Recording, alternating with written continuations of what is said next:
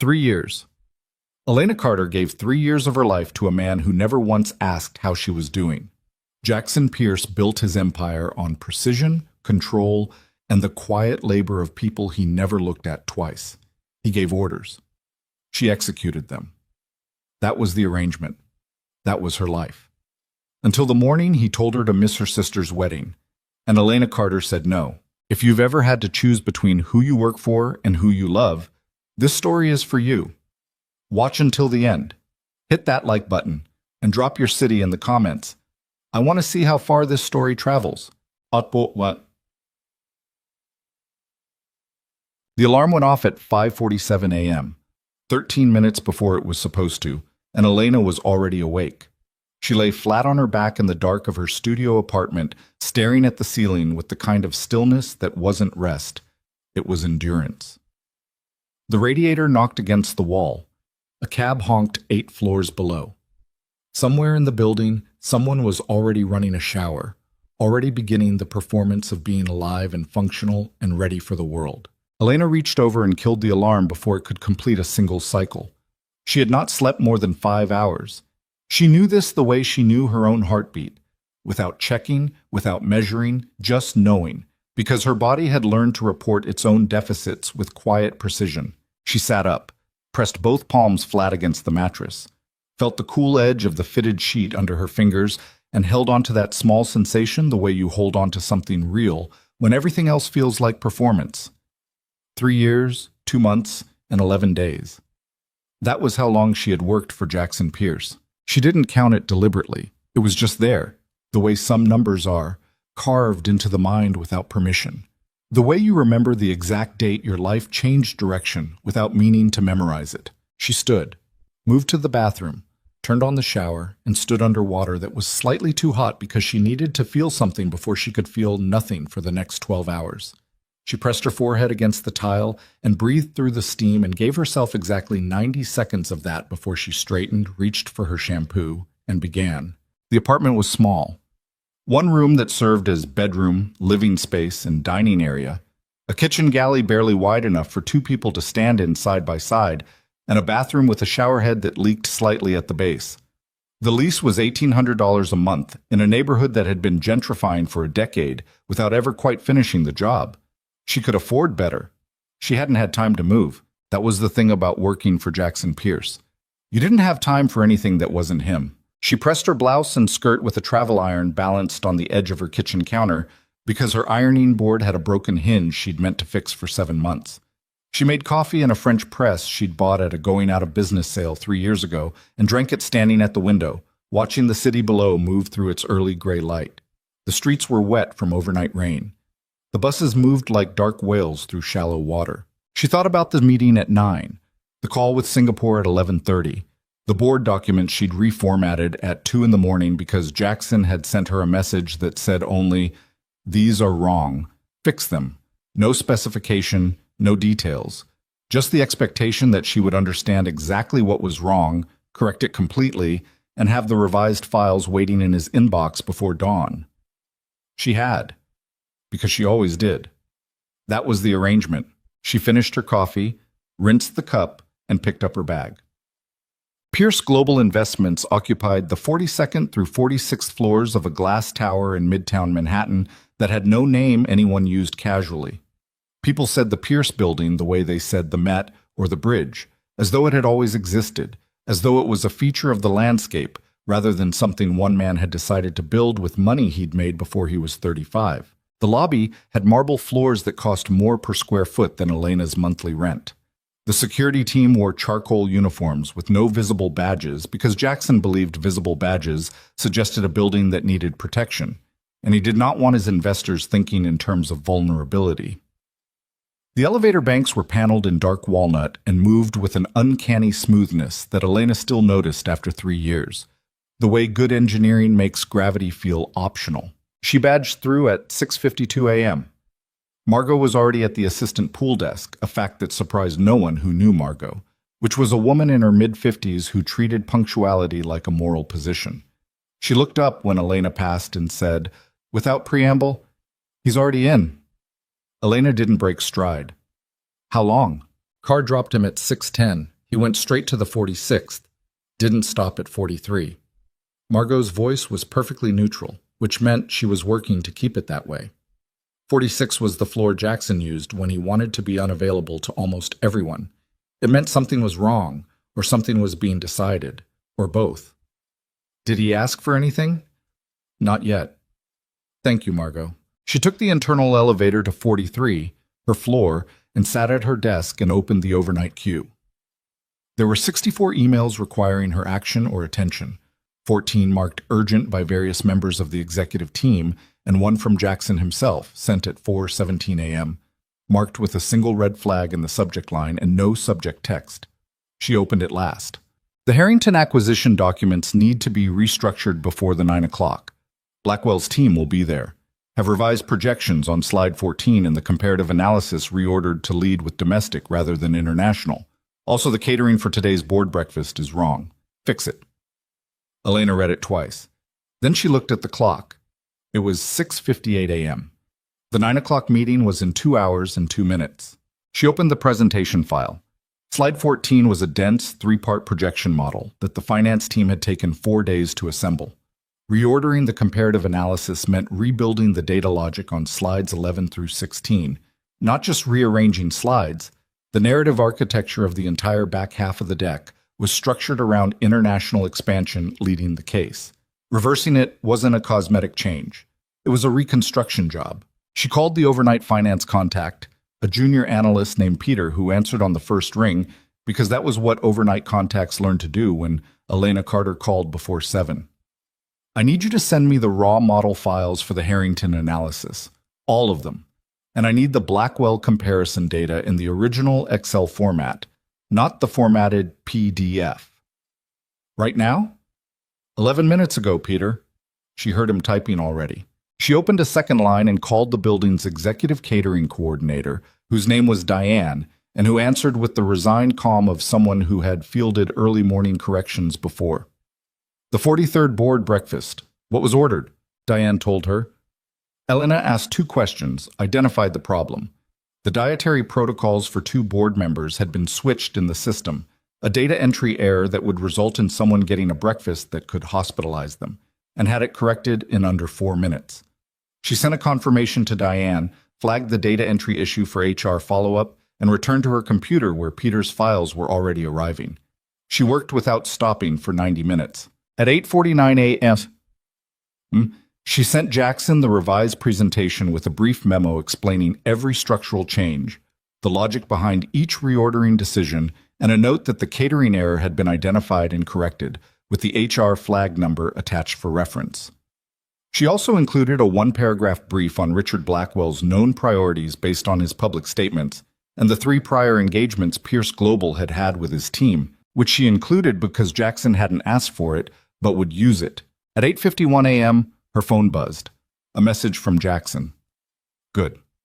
That was it. That was the whole thing.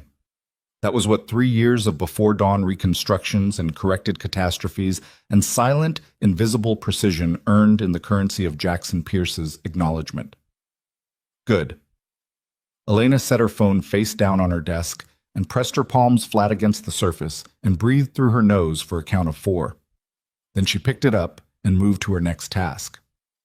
She did not see Jackson in person until 11:14 a.m., when he came through the 43rd floor in the particular way he moved through spaces, without adjusting himself to the room, without slowing, without looking at the people who moved aside for him the way water moves around stone. Jackson Pierce was 41 years old and looked it the way some men do, not aged, but constructed by time, pressed and hardened into a version of himself that didn't have the softness it once might have had. He was 6'2", lean in a way that looked like discipline rather than nature, with dark hair threaded lightly at the temples and eyes that were an unremarkable shade of gray-brown until you were in a room where he was looking at something he wanted, at which point they became very remarkable indeed. He dressed the way his offices were designed, expensive, minimal, precise, with no decorative gestures. He walked past her desk, slowed without stopping, and said, "The Singapore call. Move it to 1. It's already scheduled with 3 counterparties. Moving it means, I know what it means, move it."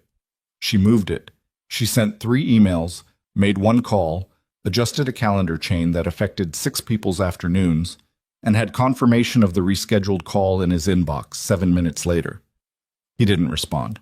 At 12:30, she ate lunch at her desk. A container of leftover rice and vegetables she'd cooked on Sunday, which now felt like something that had happened in a previous era. She ate it cold because the microwave on 43 made food smell in a way that spread through the open office, and she'd learned not to be the source of smells. She read through the afternoon queue while she ate. She flagged 3 items for Jackson's attention, drafted 2 responses on his behalf in his voice, and began compiling the due diligence summary for the Thursday strategy session. At 1:47 p.m., she received a text from her sister.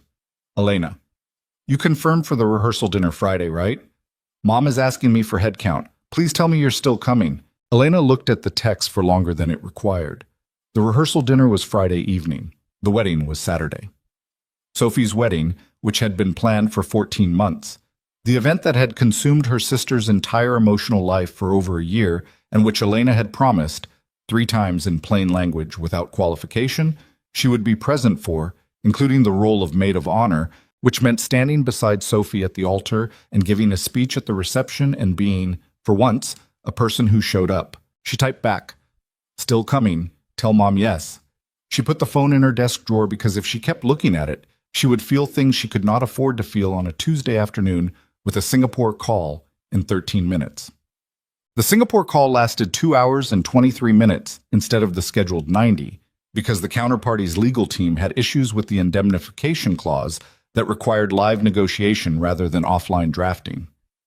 Elena was on the call the entire time, off mute for 2 minutes when Jackson needed her to pull a specific clause from a prior contract and read it verbatim, the rest of the time silent and listening, building a live annotation of every point of contention and its proposed resolution, which she would have fully formatted before the call summary landed in Jackson's inbox. She sent it at 3:58 p.m.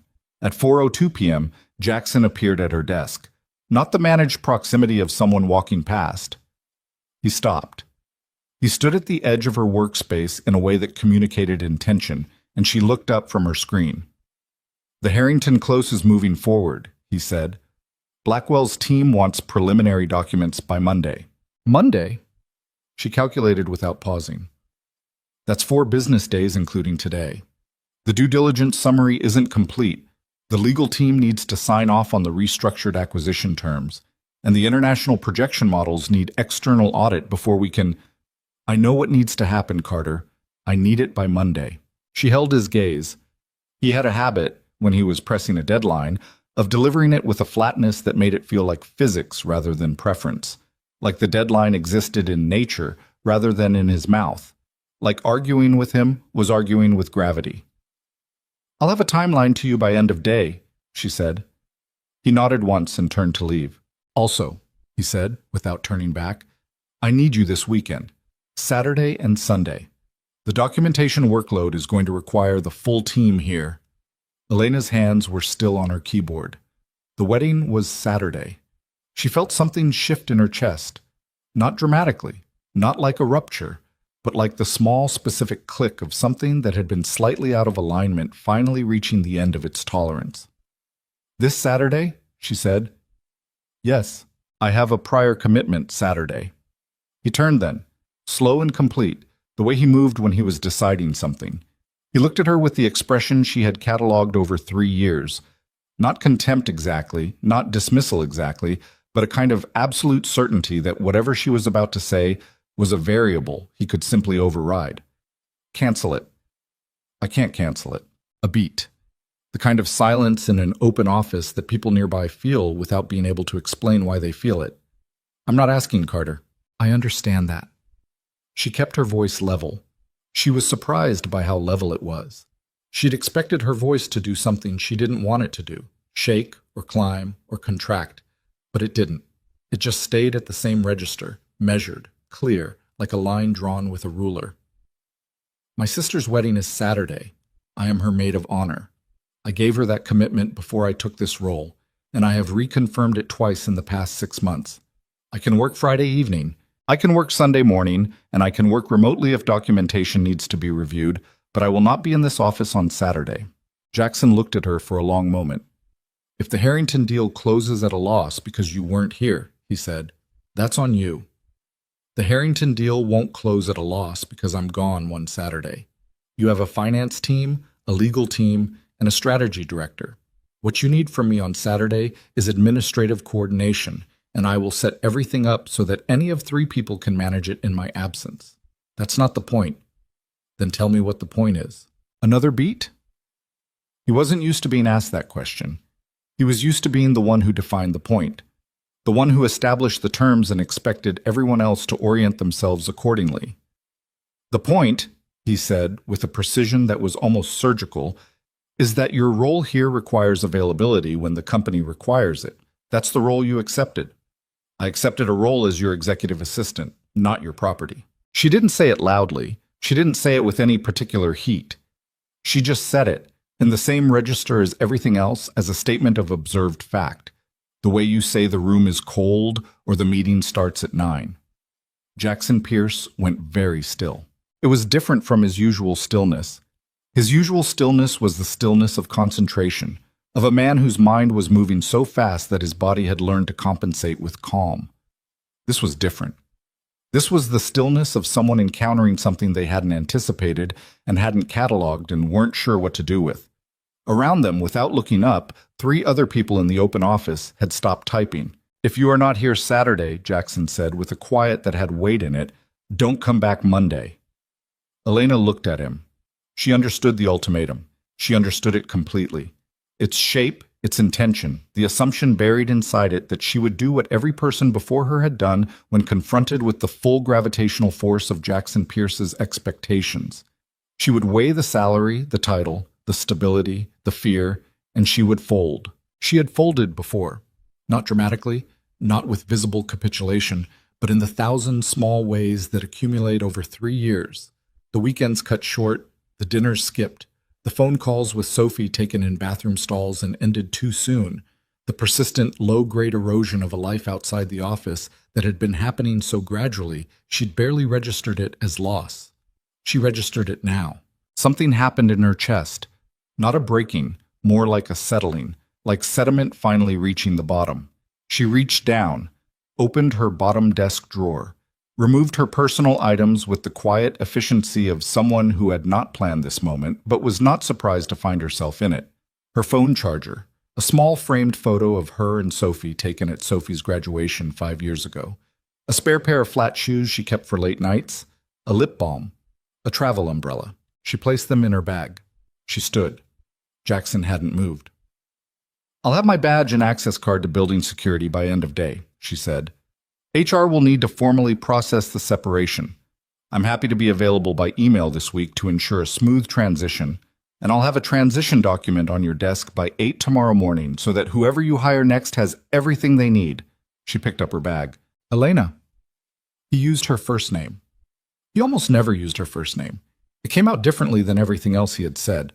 Less structured, like something that had escaped the normal architecture of how he spoke. She paused. This is not what you want to do, he said. You're right, she said, but it's what I'm doing. She walked to the elevator. She did not look back. She pressed the button and stood in front of the doors and listened to the quiet hum of the mechanism and felt her own heartbeat, which was fast but not panicked. The heartbeat of someone who has stepped off a ledge and discovered, mid-air, that they are not as afraid of falling as they thought they were. The doors opened. She stepped in.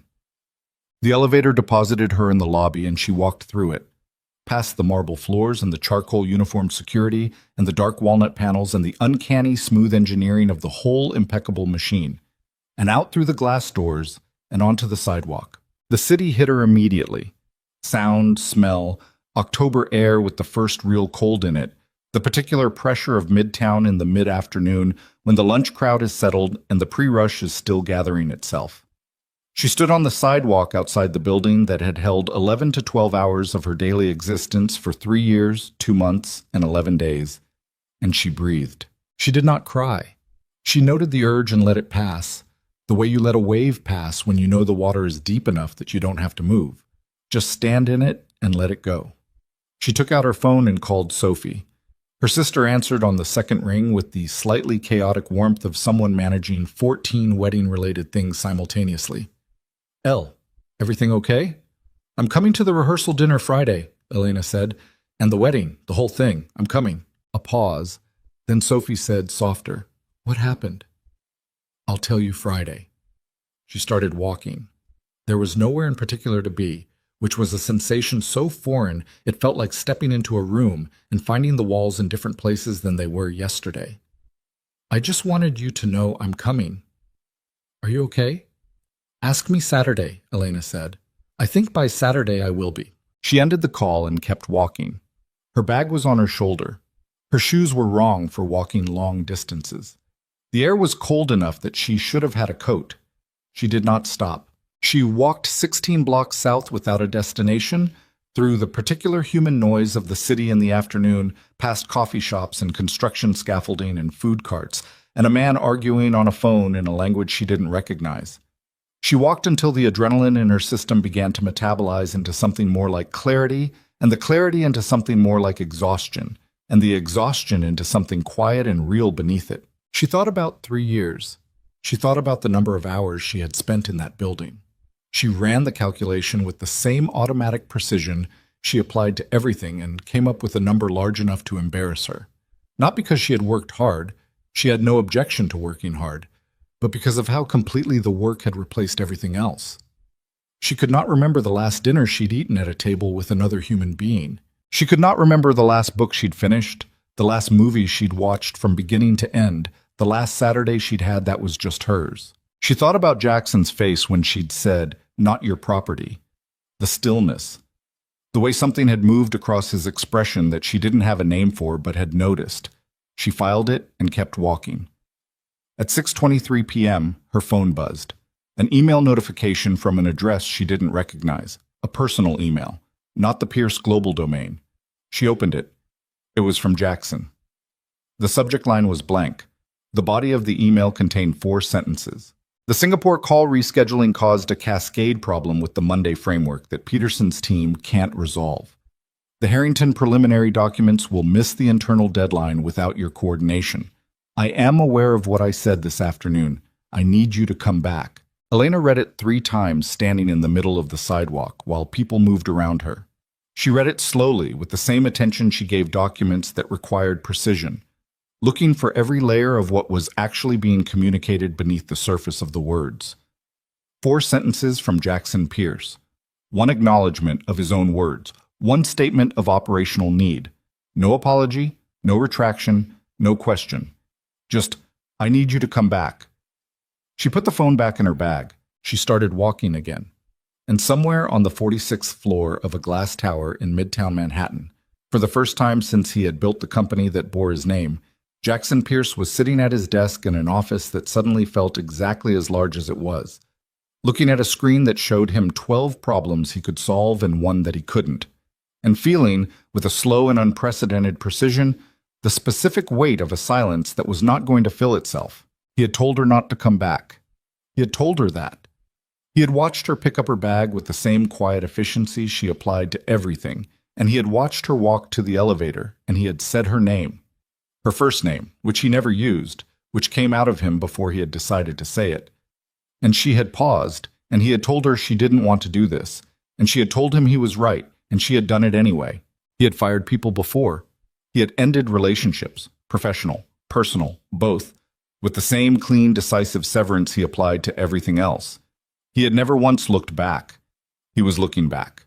He pulled up the analytics dashboard for the afternoon's operational chain and spent 45 minutes mapping every decision she had made in the past 18 hours. The catering error catch, the presentation reconstruction, the Singapore call management, the transition documentation she'd referenced without being asked, the integration of information across 5 departments that no single system tracked, but that she held entirely in her head. It was like trying to trace the load-bearing walls of a building by looking at where it was beginning to lean. He put his hands flat on the desk. The office was quiet. The city moved below the glass 46 floors down, indifferent and continuous. He typed the email. 4 sentences. He read them once and sent it before he could decide not to.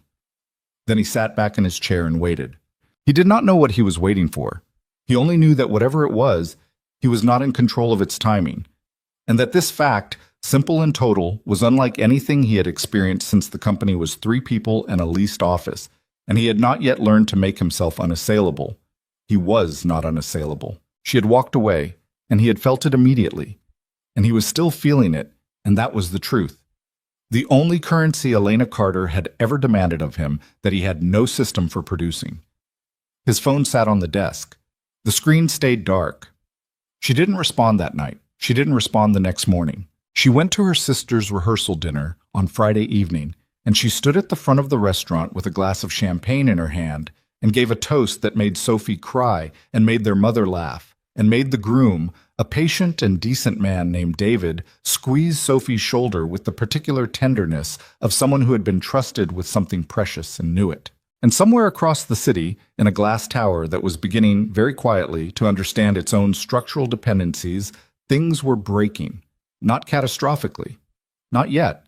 Just enough to make visible what had always been true. That the whole elegant machine had been running for 3 years on something it had never bothered to name. Until it was gone. Saturday morning, Elena Carter stood in a hotel room in a bridesmaid dress the color of deep sage, while her sister sat in front of a vanity mirror, and for the first time in 3 years, she had nowhere to be but here. No cue, no call, no message marked urgent, just Sophie's reflection in the mirror and the sound of someone outside the window starting too early, and the particular light of a Saturday in October that felt like something she'd been waiting to see for longer than she could account for. Her phone was on the nightstand. It had been there since Friday. There were 11 messages in total from the Pierce Global Domain. 3 from Peterson, 2 from the head of legal, 1 from the director of strategy, 4 from an address she didn't recognize that resolved, when she looked closely, to a secondary email Jackson had apparently created sometime in the past 36 hours. She had read none of them. She would read them after the wedding, after the reception, after Sophie and David danced their first dance and the cake was cut and the guests drifted into the mild chaos of a good party winding down. After. For now, she reached up and pinned the last piece of Sophie's veil with steady hands and met her sister's eyes in the mirror and said, "You look like everything you ever wanted." Sophie laughed through the start of tears. "Don't make me cry right now. You're going to cry in about 40 minutes anyway." "I know, I need 40 minutes." Elena smiled. Outside the window, the city moved the way it always did. Without her. Without Jackson. Without any of it. And she breathed all the way down to the bottom of her lungs for what felt like the first time in 3 years, 2 months, and 11 days. She did not know yet that when she came back to her phone after the reception, she would find a message unlike anything Jackson Pierce had ever sent anyone in his professional life. She did not know yet what it would say. She did not know yet what she would do. But the day was here. Sophie was crying anyway. David was already waiting at the end of the aisle. And whatever was coming, whatever restructuring of everything she had believed about her life and her limits and the distance between duty and want, it could wait exactly as long as this moment lasted. She offered Sophie her hand, and they walked out together. The message was waiting for her at 11:47 p.m. Elena saw it when she finally picked up her phone in the back of the cab, shoes off, feet pulled up beneath her, the city sliding past the rain-streaked window in long amber smears. The reception had run 4 hours.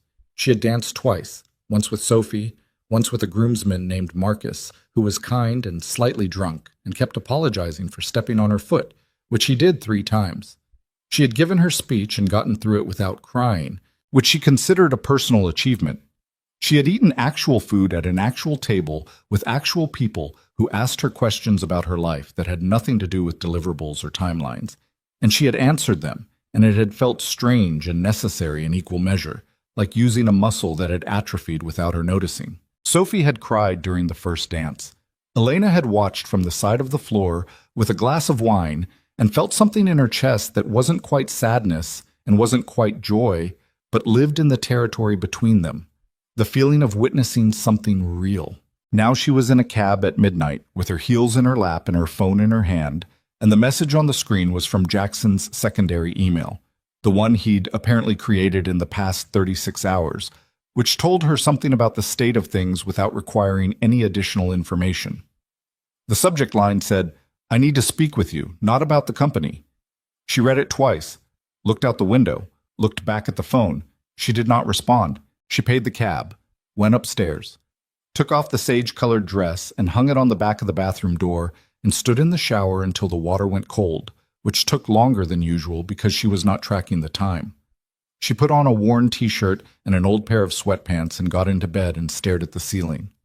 She slept 7 hours without interruption, which was the longest she had slept in 2 years.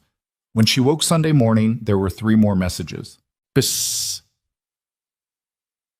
The first 2 were from Peterson, the strategy director, a nervous and competent man who had always treated Elena with the particular deference of someone who understood exactly how much invisible work she was doing and was grateful for it in a way he never quite said out loud. His messages were professional and carefully worded and communicated, without stating it plainly, that the 43rd floor was in a quiet state of operational crisis. The Harrington preliminary documents were stalled. The Singapore counterparty had sent a follow-up that required immediate response.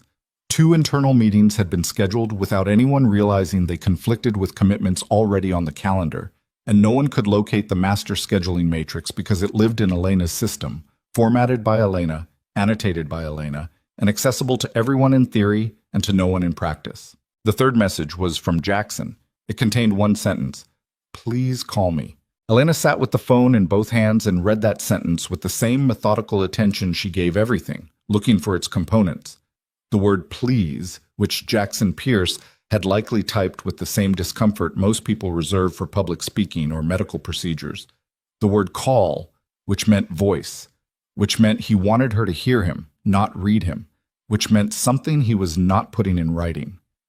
And the period at the end, which was doing a lot of structural work in a sentence of 4 words. She set the phone face down on the kitchen counter. She made coffee. She drank it at the window. She watched the Sunday city below, which moved at a different speed than the weekday city. Looser, intermittent, with longer gaps between cabs. A couple walked a dog below. A man in a yellow jacket was unlocking a bodega across the street.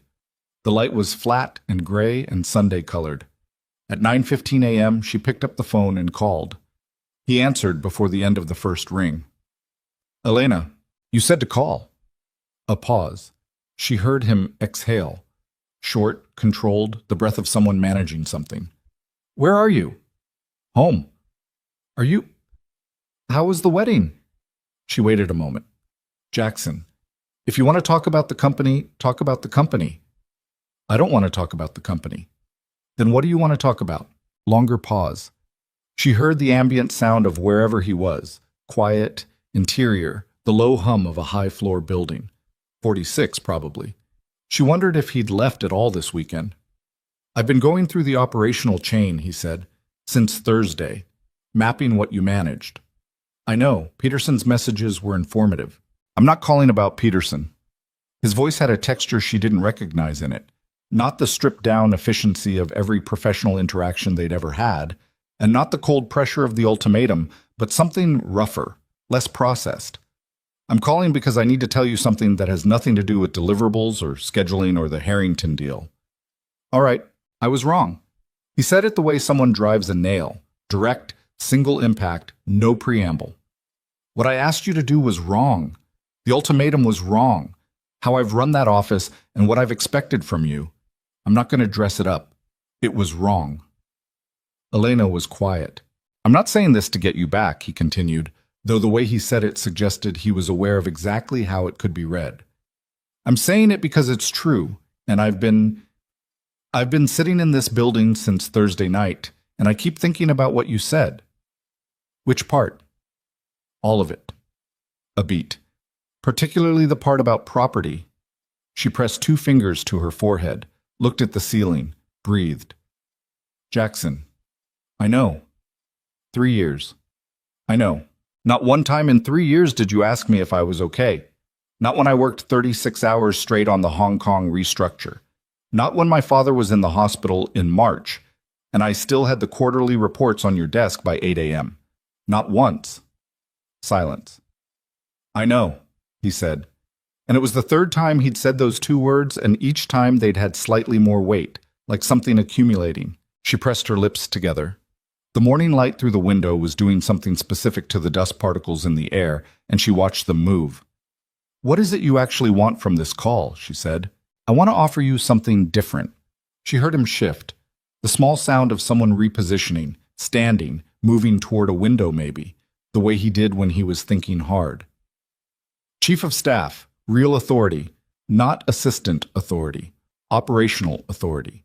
You would have direct oversight of every departmental director. Your own office on 45, equity in the company, not a token amount. Something real. And personally? A pause. That's your boundary to set, not mine. She turned that over. It was the right answer. It was the answer she would have told him to give if he'd asked her how to handle this conversation, which was a strange thing to notice. "I need time to think," she said. "Take it. I'm not promising anything." "I understand." She ended the call, stood at the window for a long time. Then she went and sat at her kitchen table with a blank notepad and a pen and wrote, in 2 columns, everything she stood to lose and everything she stood to gain, and stared at both columns for 40 minutes and then turned the page over and wrote a single question in the middle of it. "Who are you outside of that building?" She stared at the question for a long time. She didn't answer it yet. She went back on a Wednesday. She did not announce it in advance. She arrived at 7:30 a.m., badged through with her original credentials, which Jackson had apparently not deactivated, and took the elevator to 45, not 43, where she'd spent 3 years, and found an office that had been cleared and furnished with evident speed. A desk, a chair, a monitor, a phone, a small table with 2 chairs for meetings, and on the desk, a single printed card with her name on it, and the title Chief of Staff, Pierce Global Investments. She stood in the doorway for a moment. Then she went in, put her bag down, sat in the chair, and turned on the monitor. By 8:15 a.m., she had identified 6 immediate operational problems, drafted a resolution framework for 3 of them, and sent a meeting request to all 4 departmental directors for 10 a.m. At 8:47 a.m., Jackson appeared in the doorway of her new office. He was wearing a dark jacket, open collar, the small adjustment of someone who had slightly loosened something about themselves or was trying to. He looked at her at her desk the way someone looks at an image they've been holding in their mind to check if it's accurate. "You didn't tell me you were coming," he said. "I'm here," she said. "That's what matters." He almost smiled. It didn't complete itself, but it moved in that direction. "Ground rules," she said without looking up from her screen. "Go ahead." "My schedule is mine. If I say I'm unavailable, I'm unavailable. You don't override it. You don't work around it. You don't send messages at 4 a.m. and expect responses before 6. If the building is burning down, you call me. For everything else, there are systems." "Agreed. If you disagree with the decision I make at the operational level, you tell me directly. You don't go around me to the directors. That's the fastest way to make this not work." "Agreed. And I work here as a professional. What happened before, the way you ran that office, what you expected, what you took, that's not something I'm forgiving this week. It's not something I'm forgiving this month. I'm here because the role is right and because I'm good at it, not because we've resolved anything personal." He held her gaze. His hands were at his sides, not in his pockets, which was unusual. He habitually put his hands in his pockets when he was managing something he didn't want to show. Right now, his hands were just at his sides, visible, and he was looking at her without the processed stillness she was used to. "Understood," he said. "Good." She looked back at her screen. "I have a director's meeting at 10. You should be there." He left without another word. She exhaled once, quietly, through her nose. Then she went back to work. The first 2 weeks were frictionless in the way that things are frictionless when everyone is being careful. The departmental directors received her with the calibrated deference of people who had spent the previous week watching everything slightly fail without her and were not prepared to make the same mistake twice. Peterson was visibly relieved. The head of legal, a woman named Hargrove who had a reputation for being difficult, came to Elena's office on the 4th day, sat down without being invited, and said, "Tell me what you need from my team, and I'll make sure you have it." Elena had told her. Hargrove had left and done exactly that. Jackson was different. Not completely. He still moved through spaces the same way, like he owned them, because he did. He still had the clipped precision of someone for whom most conversations were information transfers rather than interactions. He still sent messages at hours that suggested he did not sleep the way other people slept. But he listened differently. He had always listened in meetings in the sense that he processed what was said and extracted what was relevant. But now he listened in a way that included the person speaking. He asked follow-up questions that were not about information, but about the person's actual position. He let people finish. Twice Elena watched him disagree with something a director said, and instead of overriding them, he said, "Walk me through your reasoning." Both times, the director had given a reason Jackson hadn't considered, and both times he had incorporated it without comment. She noticed these things the way she noticed everything, cataloged them without yet knowing what to do with them. She maintained the formal distance she had promised herself. She was professional, direct, efficient. She did not linger after meetings. She did not accept the coffee he sent to her office without explanation on 3 separate mornings, which she returned via Margot with a brief note. Maintaining professional boundaries. "Thank you anyway." He sent a message in response that said, "The coffee was from the kitchen. I didn't make it for you. The kitchen made it." She looked at that message for a full minute. She did not respond, but she kept the next one. Bam. Nathan Cole arrived on the 3rd week. He came through the door of a quarterly strategy meeting as though he had always been there. Introduced by Jackson as the new vice president of international expansion, brought in with a 3-year mandate to develop Pierce Global's Asia-Pacific and European portfolios. He was 38, with the particular physical ease of someone who had grown up comfortable and never been required to make himself smaller in any room. He had brown hair, a specific kind of non-threatening handsomeness, and eyes that registered people with what appeared to be genuine interest. He sat across the table from Elena at the strategy meeting and listened to her present the operational restructuring plan for Q4 with the attentiveness of someone who was actually thinking about what she was saying, not waiting for his turn.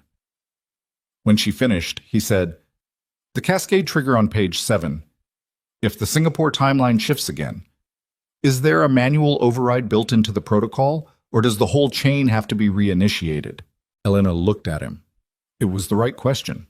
It was, in fact, the one vulnerability in the system she hadn't fully addressed yet, and it was not a simple thing to spot. "I'm building one," she said. "It's not in this draft." "Okay." He nodded, wrote something on the document in front of him, and moved on. She noted that, filed it. After the meeting, he found her in the corridor. "Elena Carter," he said. Not a question, just a statement, like he was confirming something he'd already considered. "I did some reading before I started. Your name came up, specifically your work on the Hong Kong restructure and the Singapore protocol. The frameworks you built apparently became the internal standard that nobody bothered to update the documentation for." "That's accurate," she said. "You built those frameworks as an assistant?" "I built them because they needed to exist. The title was whatever it was." He studied her for a moment. "I'd like to pick your brain on the Asia-Pacific approach. Properly. Not in a meeting where everyone's performing, just a working conversation." "I'll check my calendar," she said. She checked her calendar. She blocked Tuesday at noon. She sent him a confirmation. That evening she stayed late, not for Jackson, but because she was refining the cascade protocol Nathan had flagged, which was a real gap and needed closing. She was at her desk at 7:30 when Jackson appeared in her doorway. He looked at the screen, at the document she had open. "Cole's question," he said. "It was a good one." Jackson's expression didn't change, but something shifted in it, very slightly, somewhere around the eyes. "How did the meeting read to you? Generally?" "He's smart," she said. "He pays attention. He asks questions that are actually about the answer." "And?" She looked at him. "And what?" "You're going to tell me there's a qualifier." "I always wait before making qualifiers. I've known him 4 hours." Jackson nodded. He stayed in the doorway one moment longer than the conversation required. Then, "Don't stay too late." It was the first time in 3 years he had ever said that to her. She watched him go.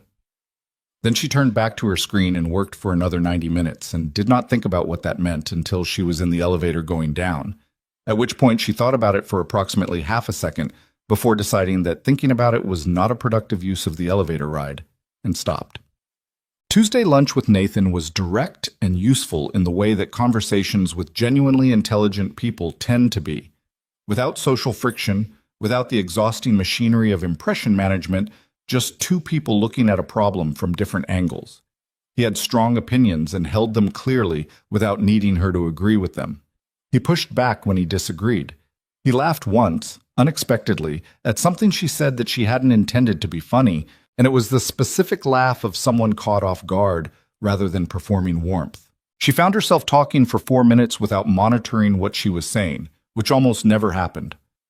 Walking back to the elevator, he said, "Same time next week?" "If the calendar allows," she said.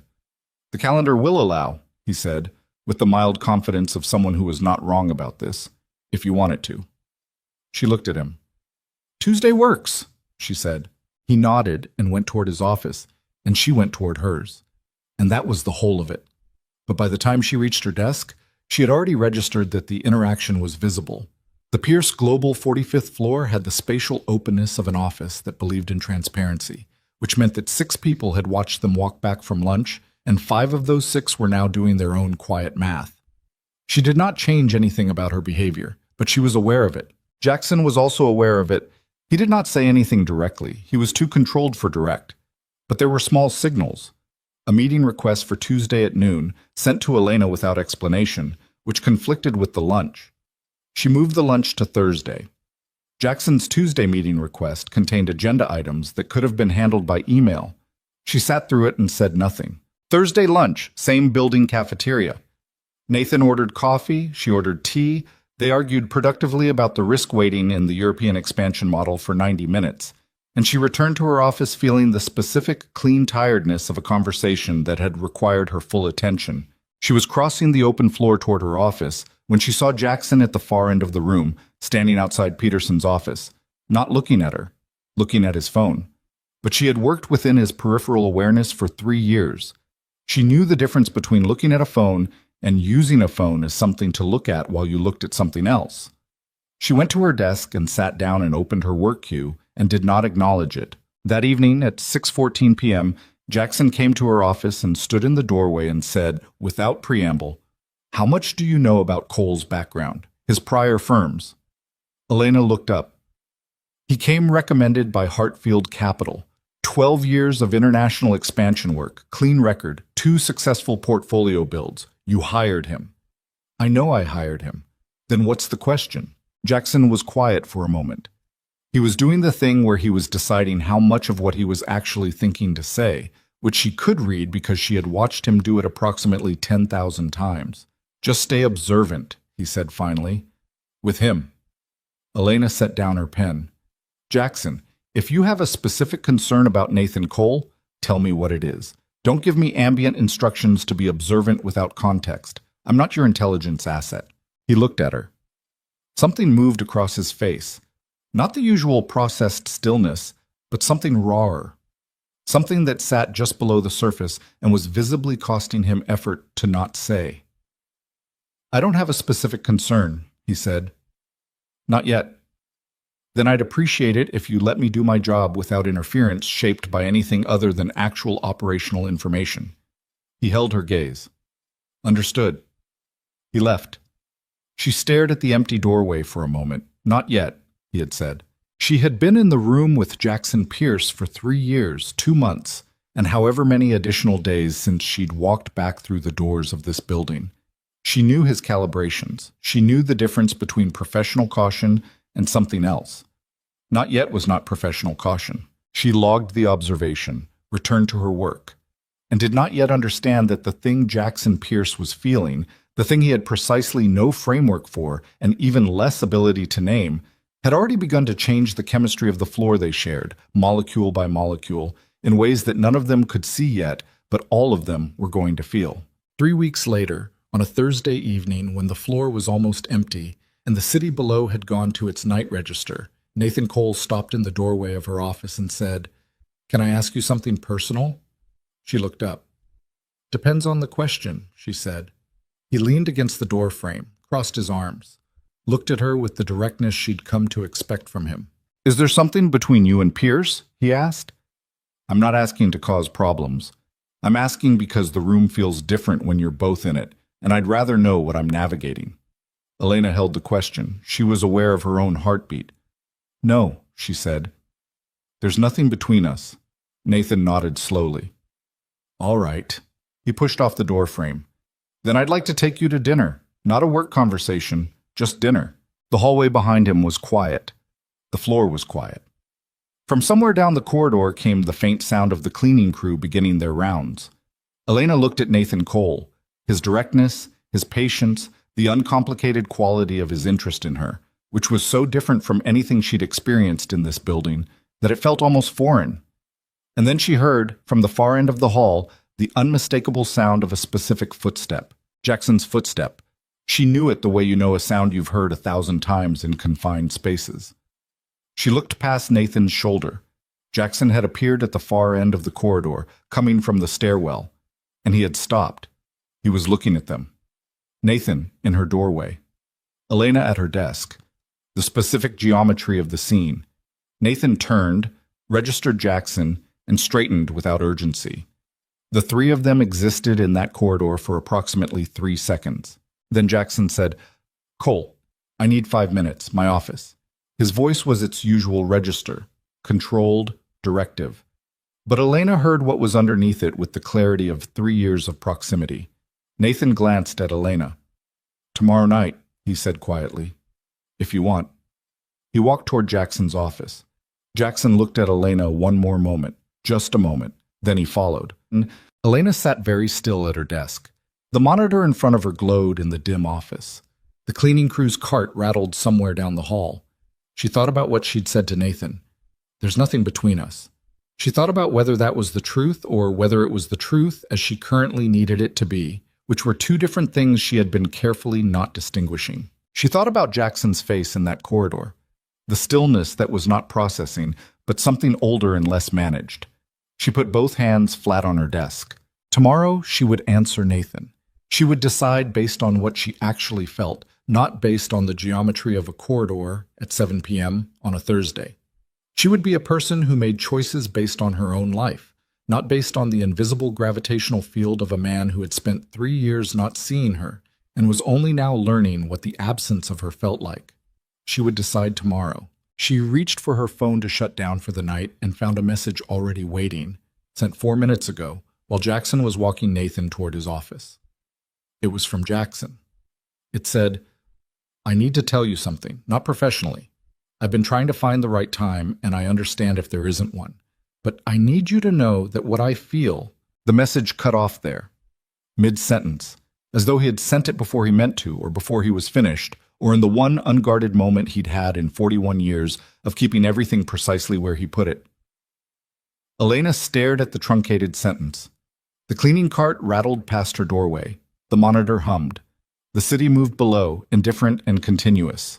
She read the half-sentence 4 more times, and her hand, which had been reaching for the shutdown button, went very still. She read it 7 times. Not because the words were complicated. The words were not complicated. They were 11 words in a fragment, the unfinished edge of something that had apparently escaped the containment of a man who spent his entire professional life deciding exactly what to release and what to keep. But she read it 7 times because each reading produced a slightly different understanding of what she was holding, and she needed to be sure she was holding the right thing before she decided what to do with it. What I feel... She put the phone face down on the desk. She stood up, walked to the window. The city below was doing what the city did at 7:30 on a Thursday. Moving, indifferent, continuous. 11 million people arranging themselves through space with no particular awareness that on the 45th floor of a glass tower above them, a woman was standing at a window trying to determine whether she was about to make the most significant mistake of her adult life or correct one. She picked the phone back up, read it once more. Then she typed, "Finish the sentence." She sent it before she could decide not to. Immediately, the way you pull a bandage, not because it hurts less, but because the anticipation is its own specific damage, and she was done with anticipation.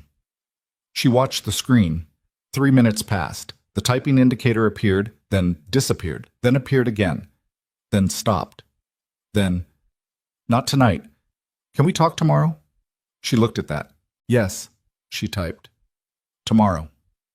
She shut down her monitor. She picked up her bag.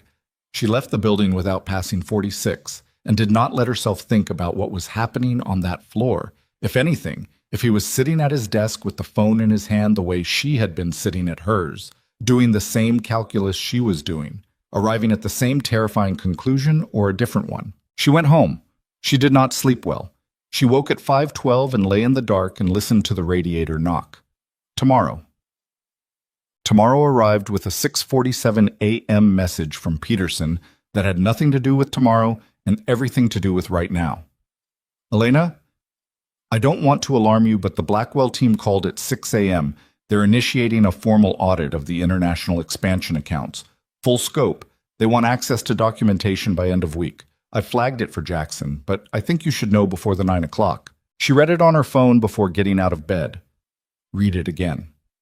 Then she got up, made coffee, and was at her desk on 45 by 7:15. The 9 o'clock was not a 9 o'clock. It was a controlled emergency with the architecture of a meeting placed over it to manage how it looked.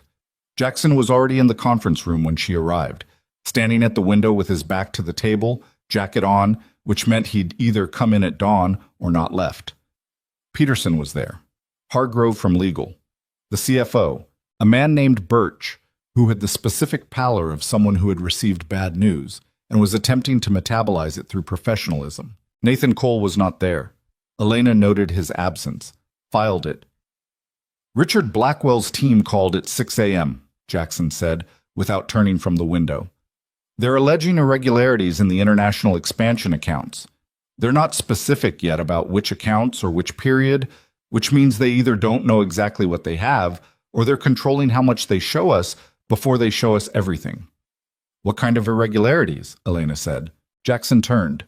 He looked at her with the particular directness of someone who has been awake long enough that the managed distance has worn thin. Invoice manipulation, potentially altered transaction records in the Asia-Pacific preliminary accounts. Birch said, the preliminary accounts are new. They were set up in the past 8 weeks. Elena processed that. The Asia-Pacific accounts were Nathan Cole's first mandate. The room was quiet for a moment. Yes, Jackson said. That's a fact, not an accusation, she said. I want to be clear about that distinction before this conversation goes any further. Noted, Jackson said. His voice had the flatness of someone maintaining control of a room that was trying to tip. Hargrove, what's our exposure if the audit finds what Blackwell's team is suggesting? Hargrove was already 3 steps into her answer. Potential regulatory notification, external counsel engagement, the specific liability framework for fraudulent transaction records if they were traced to a Pierce Global account holder. Elena listened and took notes, and tracked each piece as it connected to the architecture she already understood, and what she understood was this. If someone had manipulated invoice records and altered transaction logs in the Asia-Pacific preliminary accounts, they had done it with a level of access that required executive clearance. The number of people with that clearance was small. Nathan Cole had it. He'd had it from day one, as a condition of the VP mandate. I need access to the account logs, Elena said. The originals, not the formatted versions.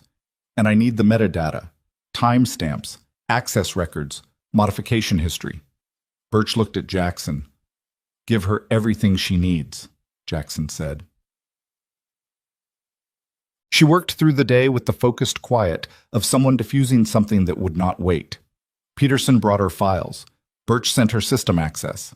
Hargrove gave her a direct line to external counsel and told her to use it if she found anything that required immediate legal containment. At 2:14 p.m., Nathan knocked on her open office door. She looked up. He was composed. Clean-pressed jacket, the unremarkable handsomeness, the easy posture. Nothing in his face suggested crisis awareness. You missed the morning meeting, she said. I had a call with the Singapore counterparty. From 6 to 9? A small pause. It ran long. She held his gaze. Jackson's going to want to talk to you this afternoon about the Asia-Pacific accounts. Something moved across his face. Not panic, something smaller and more controlled, like the brief adjustment of a person who was expecting a conversation and had prepared for it. I heard about the Blackwell audit. From who? Word travels. Not that fast, she said. The meeting was closed. Who told you? He looked at her for a moment. Then, does it matter? Everything matters right now, Nathan. He studied her. The easy posture was still there, but there was a quality under it now. A watchfulness she had noticed before. In the Tuesday lunches, in the way he asked questions, that she was recontextualizing in real time, with the cold, methodical discomfort of someone adjusting a lens and not liking what comes into focus. "I'll talk to Jackson," he said. "Yes," she said. "You will." He left. She turned back to her screen and noted the time, 2:17 p.m., and the exact words of the exchange, and the fact that he had not answered the question of who had told him, and the fact that he had known to phrase his response in a way that didn't constitute a lie, but didn't constitute an answer. She pulled up the account access logs and started building a timeline. At 4:30 p.m., she found the first gap. It was small, a 4-minute window on a Wednesday, 3 weeks prior, where the modification log for invoice batch 7C showed a timestamp of activity, but no associated user credential. In a properly functioning system, every access event generated a credential signature.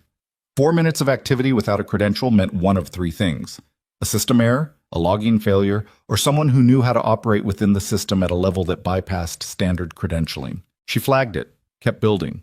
At 5:51 p.m., she found the second gap. Same pattern. Different invoice batch. Different Wednesday. 4 weeks prior. She sat back in her chair and looked at the two flagged entries and understood, with the particular clarity of someone who had spent years building administrative systems and therefore knew exactly how they failed and exactly how they could be made to fail deliberately, that what she was looking at was not a system error and not a logging failure. Someone had been in these records. Someone had modified invoice data without leaving a credential trail, which required either a system-level access that bypassed standard audit logging or deliberate alteration of the logging protocol itself. She pulled the system architecture documentation, cross-referenced it with the access permission matrix from Nathan's onboarding, found what she was looking for in 40 seconds. Nathan Cole's VP authorization included something called Administrative Override Access, granted as a routine component of executive packages. In theory, it was for emergency operational situations. In practice, it gave him the ability to operate within the financial systems at a level that generated a different class of log entry, one that, if the logging protocol itself was adjusted, could be rendered invisible to standard audit queries. The logging protocol had been adjusted 6 weeks ago. The adjustment was filed under routine system maintenance. She looked at who had authorized the maintenance request. The authorization signature was Nathan Cole's. She sat very still for a moment. Then she picked up her phone and called Jackson. He answered immediately. "What did you find?" "I need you in my office, now, and I need you to come alone." He was there in 4 minutes. He closed the door behind him, which he had never done before in her office, and stood on the other side of her desk and looked at what she had on the screen with the expression of a man receiving information he had already begun to suspect, but had not wanted to be right about. She walked him through it. The gaps, the credential voids, the administrative override access, the logging protocol adjustment, the authorization signature. Jackson stood very still through all of it. His hands were in his pockets now. The tell, the one she'd cataloged, the sign that he was managing something significant. When she finished, he said, "How certain are you?" "I'm certain about what the records show. The interpretation requires confirmation. We'd need forensic analysis of the system adjustment logs and external verification of the invoice alterations before we could establish intent." "But your read?" "My read is that someone with Nathan's access, Nathan's system knowledge, and Nathan's authorization altered invoice records in the Asia-Pacific accounts in a way that was designed to survive a standard internal audit, but not a deep forensic one, and that the Blackwell audit is deep forensic." Jackson looked at the screen. The city outside the window was going to its early evening arrangement, lights coming on in layers, floor by floor across the buildings. "Why?" he said. It wasn't a question shaped like a question. It was the word a person says when they're trying to understand something that doesn't yet fit any framework they have. "I don't know yet," she said. "The financial motive I can map.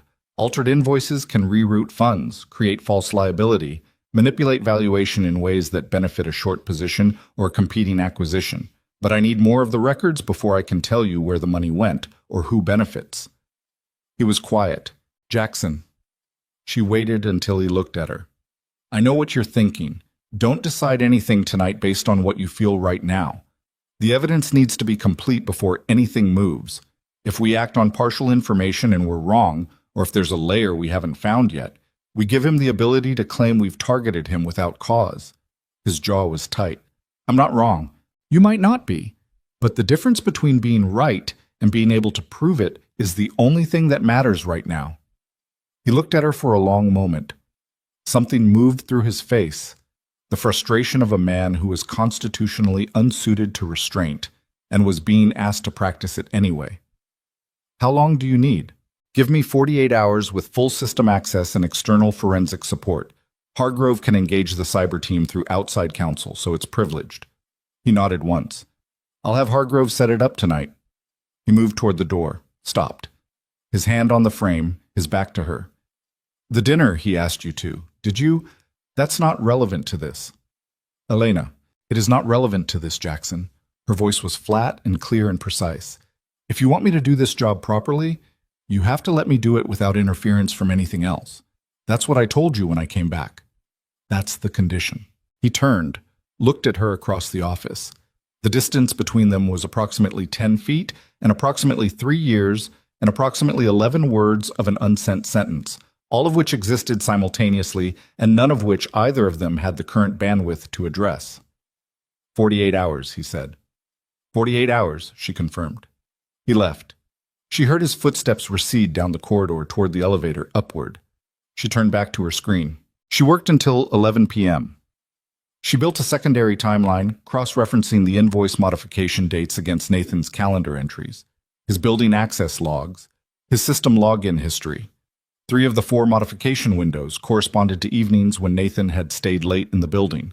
The 4th corresponded to a Saturday morning 3 weeks ago, a Saturday when Elena had not been in the building, when Jackson had been at an external investor meeting, and when the 45th floor had been operated by a skeleton crew. She stared at the Saturday entry for a long time. She pulled the building access logs for that Saturday. Nathan had badged in at 8:14 a.m., badged out at 1:47 p.m. She cross-referenced the invoice modification timestamp. It had occurred at 10:23 a.m. She leaned forward. She felt the specific cold focus of someone who has found the thread and is pulling it, not with excitement, with the careful, controlled attention of someone who knows what unravels if you pull too hard. She followed the invoice batch modification back to its destination.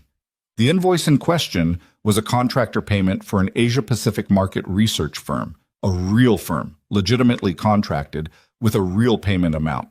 But the modified version had the payment routed to a different account than the one on the original contract. A small difference, 18 digits in a routing number, that would survive a cursory review but divert the funds entirely. She traced the destination account. It took her 22 minutes and 3 separate database queries, each of which required a level of access that Birch had authorized that afternoon. The destination account was registered to a holding company in the Cayman Islands. The holding company had been incorporated 14 months ago. She queried the company registration data. The registered agent was listed as a law firm she didn't recognize. The beneficial ownership was obscured behind 2 shell layers, standard for Cayman structures, which meant it would require legal process to penetrate fully. But the company had a name. It was called CCE Holdings. She sat back. CCE. 3 letters. She looked at them, ran through every acronym in the Pierce global corporate family, every counterparty she had managed correspondence with in 3 years. Nothing. Then she opened Nathan Cole's personnel file, the one HR had given her during onboarding, which she had read once and filed and not returned to. His full name was Nathan Christopher Cole. NCC. She stared at the screen. CCE Holdings. Cole Christopher Enterprises. Or Cole Christopher. Something. The inversion was deliberate, the kind of deliberate that was designed to fail a quick name search while remaining recoverable if you already knew what you were looking for. She pressed 2 fingers hard against the center of her forehead and held them there for a count of 5. Then she picked up her phone. It was 11:34 p.m. She called Jackson. He answered on the first ring. I found the destination account, she said. It's a Cayman holding company, 14 months old. She paused. It was incorporated 1 month before Nathan Cole applied for the VP position at Pierce Global. Silence on the line. The specific, dense silence of someone receiving information and doing what Jackson did with information.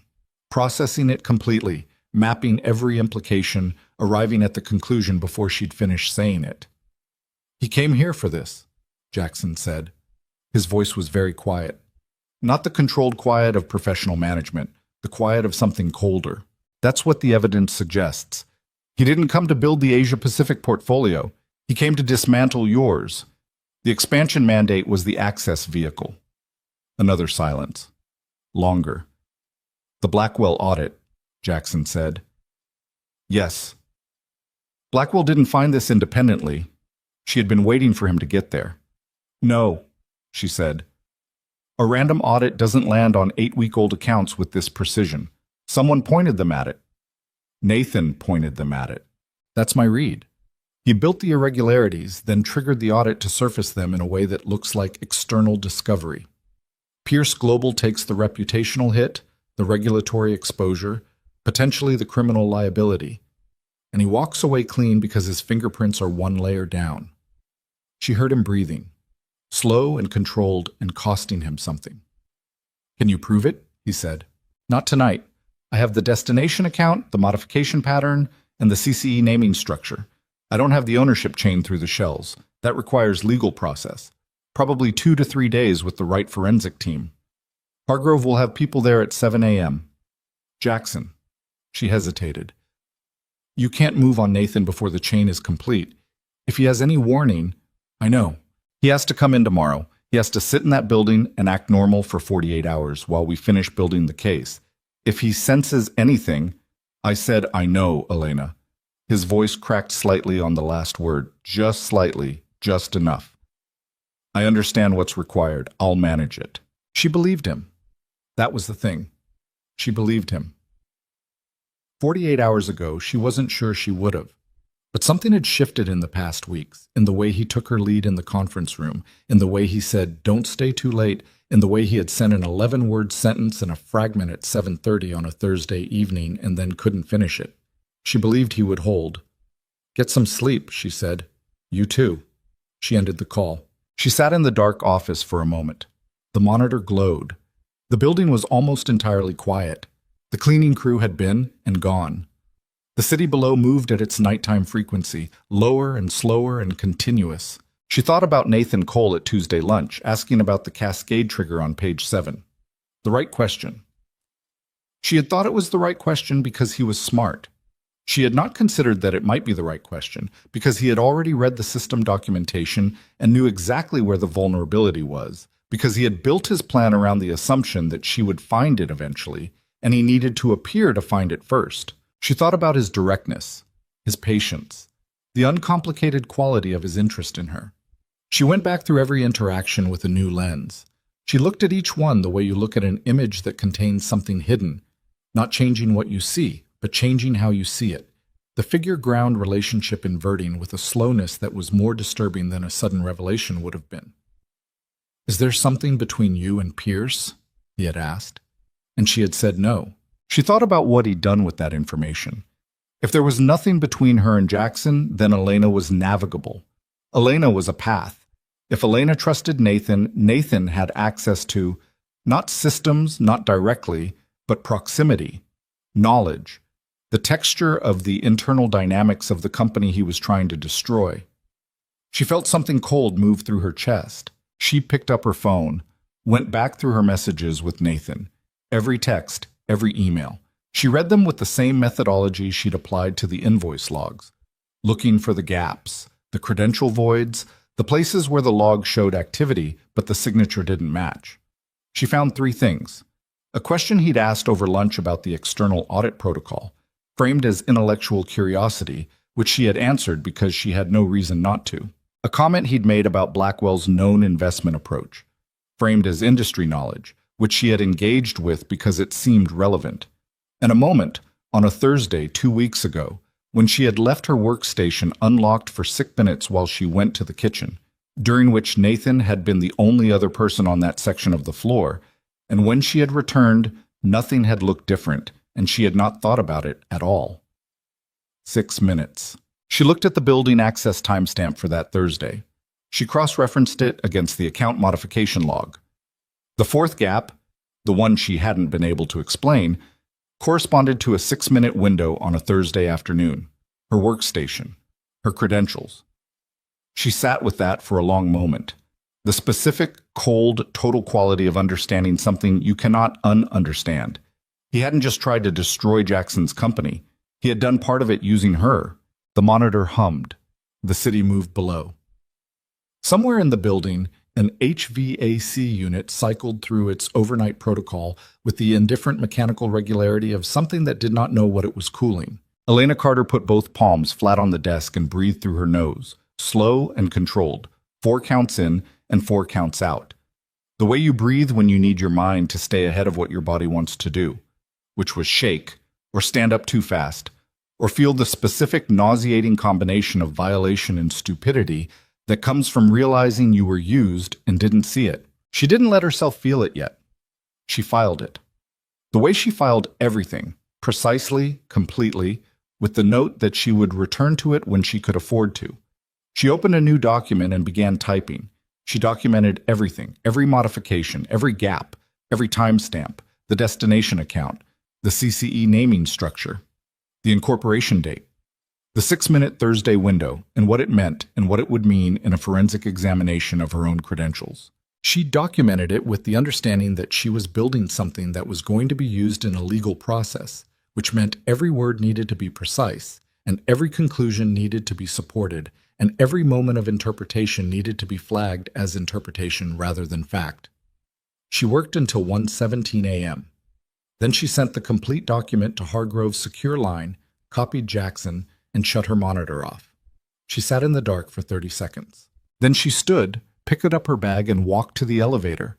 And as the doors closed and she began to descend, she understood with absolute clarity that whatever was going to happen in the next 48 hours, it was no longer the kind of thing that resolved quietly or professionally or without cost. Nathan Cole had built a trap. And whether he had built it only for Jackson or whether Elena Carter had been part of the design from the beginning, she was standing in the middle of it either way. And the only path out required her to become something she had never been in 3 years of working in that building. Not an assistant, not a chief of staff. The person who took it apart from the elevator doors opened on the lobby at 1:23 a.m., and Elena walked through it without stopping. The marble floors were empty at this hour. The security desk had one guard, a man named Torres, who had worked the overnight shift for 2 years, and who nodded at her with the particular acknowledgement of someone who had seen her leave late enough often enough that it no longer surprised him. She nodded back, pushed through the glass door into the cold. The street hit her immediately. October at 1 in the morning, the specific cold that has teeth in it, that gets into the gap between your collar and your neck and stays there. She stood on the sidewalk for 3 full seconds, not moving, just breathing, feeling the air move in and out of her chest. The document was sent. Hargrove had it. Jackson had it. The forensic team was arriving at 7. 48 hours. She walked to the curb and raised her hand for a cab, and one came, and she got in and gave her address and sat back and closed her eyes, and the city slid past behind her eyelids in amber and dark. And the cab driver had the radio on low, something instrumental, and she rode the 11 blocks home in a state that was not quite sleep and not quite waking and not quite anything she had a name for. She set her alarm for 5:30. She slept 3 hours and 40 minutes. She was at her desk by 6:15. The floor was empty. The monitors glowed in the pre-dawn quiet, and she pulled up the document she'd sent Hargrove and read it from the beginning the way she always read her own work the next morning, looking for the places where exhaustion had softened precision, where she'd stated something as fact that was still interpretation, where the architecture of the argument had a load-bearing assumption she hadn't fully tested. She found 2. She fixed them. She sent the corrected version at 6:41. At 7:03, Hargrove arrived with 2 people Elena didn't recognize, a man and a woman in their late 30s, both carrying laptops and the specific focused quietness of people who did this kind of work regularly and understood that the first hour of a forensic engagement was not the time for introductions. Marcus and Jin, Hargrove said. Outside counsel's cyber team. They've done 4 of these in the past 18 months. They know the protocol. The account modification logs are here, Elena said, pulling up the system. The credential voids are flagged in red. The CCE Holdings destination trace is in the secondary document. The Thursday 6-minute window. She stopped. She had not told Hargrove about the Thursday window yet, about her own credentials. Hargrove looked at her. What about it? The 4th modification used my workstation, my credentials, while I was away from my desk. A pause. Marcus and Jin exchanged a look that was professional and brief. That's important, Hargrove said carefully. I know what it is, Elena said. Document it accurately. All of it. If we're building a case, the case has to include everything, even the parts that are uncomfortable. Hargrove nodded once, with the specific respect of a lawyer who has just recalibrated her assessment of the person in front of her. We'll need your workstation access log, Jin said. First word she'd spoken. Quiet, direct, efficient. Already pulled. Elena slid a folder across the desk. Thursday timestamps, floor access records, the corridor camera coverage times. I pulled what I had authorization for. You'll need building security for the camera footage itself. I'll handle building security, Hargrove said. They went to work. Jackson arrived at 7:30. He came directly to Elena's office, closed the door, and stood on the other side of her desk looking at her with the expression of someone who had also slept approximately 3 hours and was not going to acknowledge it. Hargrove's team is in, he said. Since 7. They're good. He nodded. He was in yesterday's jacket. She noted that without commenting on it. He'd either gone home and come back in the same clothes, or he hadn't gone home. His hair was right. His shirt was fresh. He'd been somewhere with a change of clothes that wasn't his apartment. Probably the private room on 46 that he used when he worked through the night, a room she'd organized the stocking of 18 months ago for exactly the kind of situation where leaving wasn't an option. Nathan comes in at 9, Jackson said. His calendar has a team briefing at 9:30.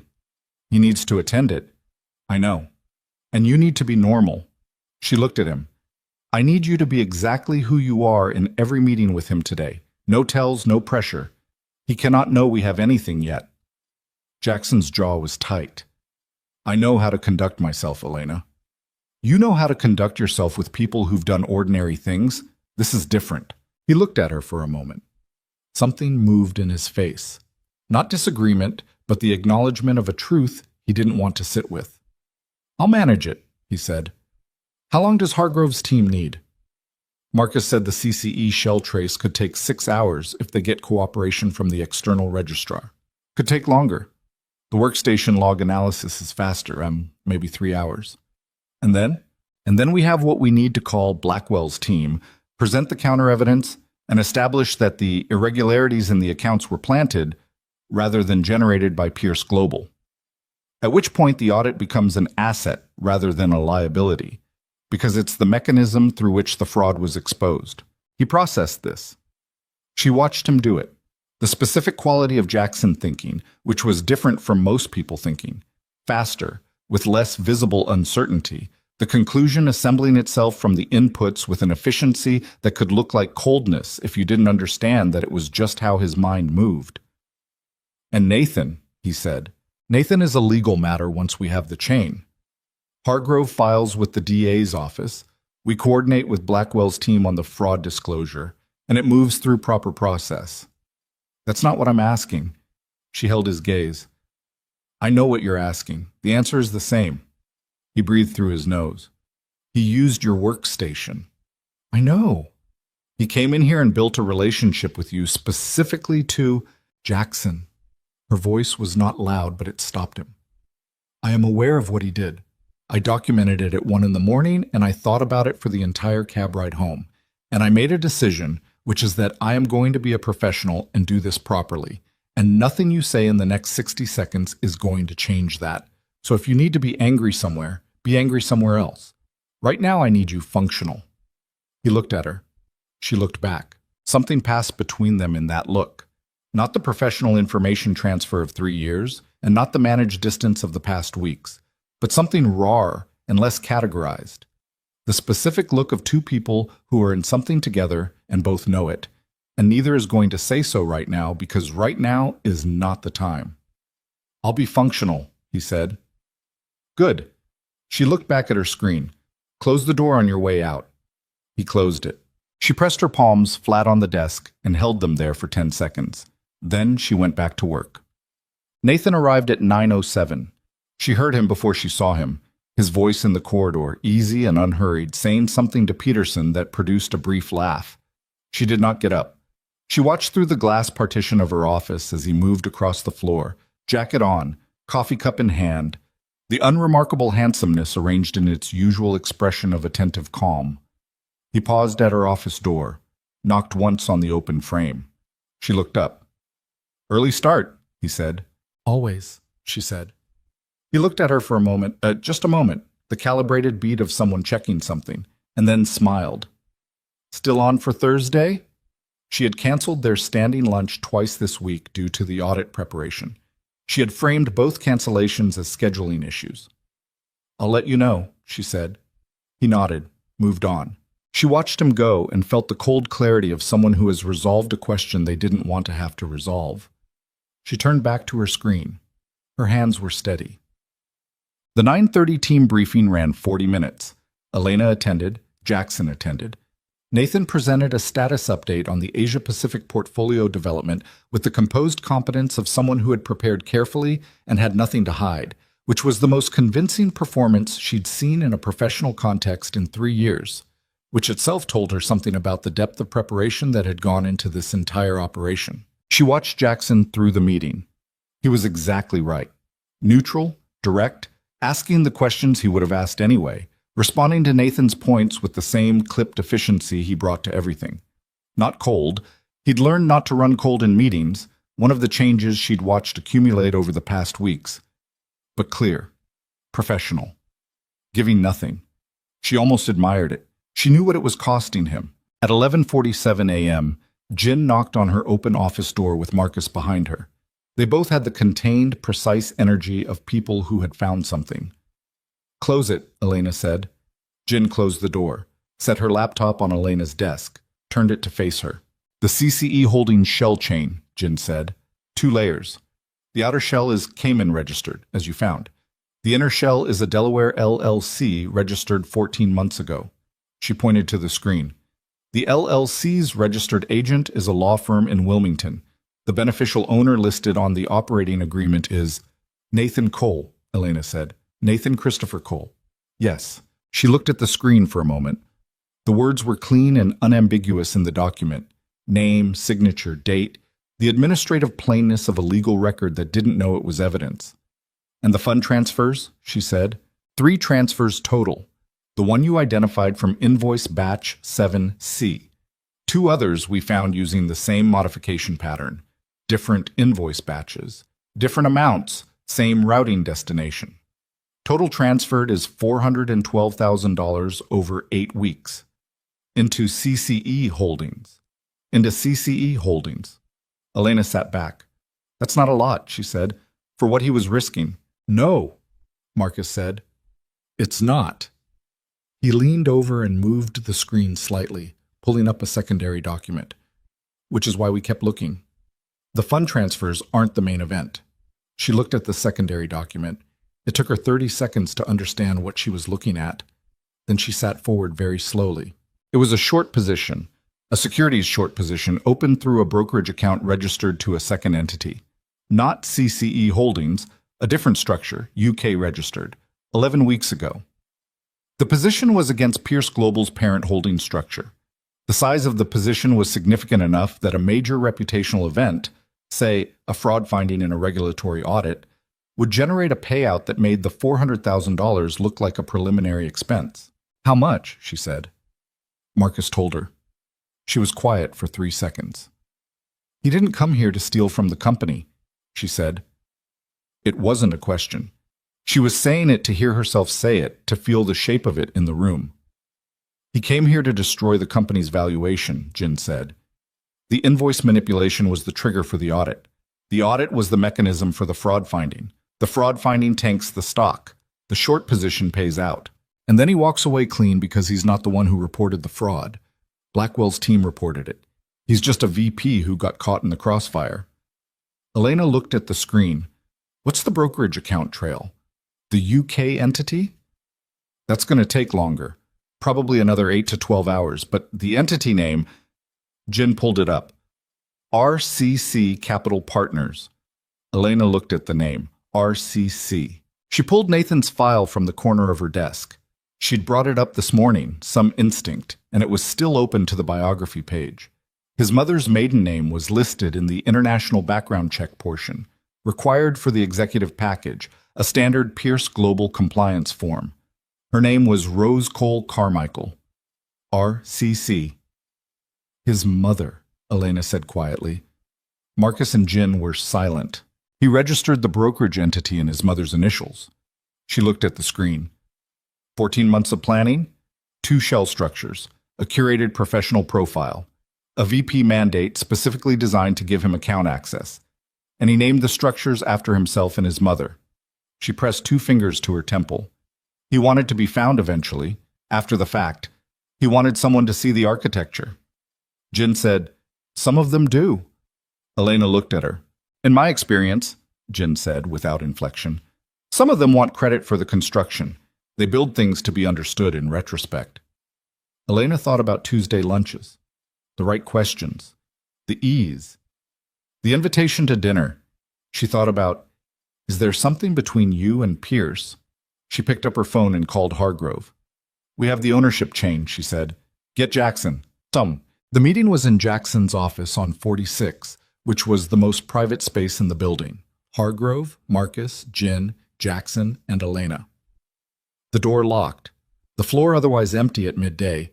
Most of the executive staff was in a separate strategy session 2 floors down that Jackson had quietly ensured ran long.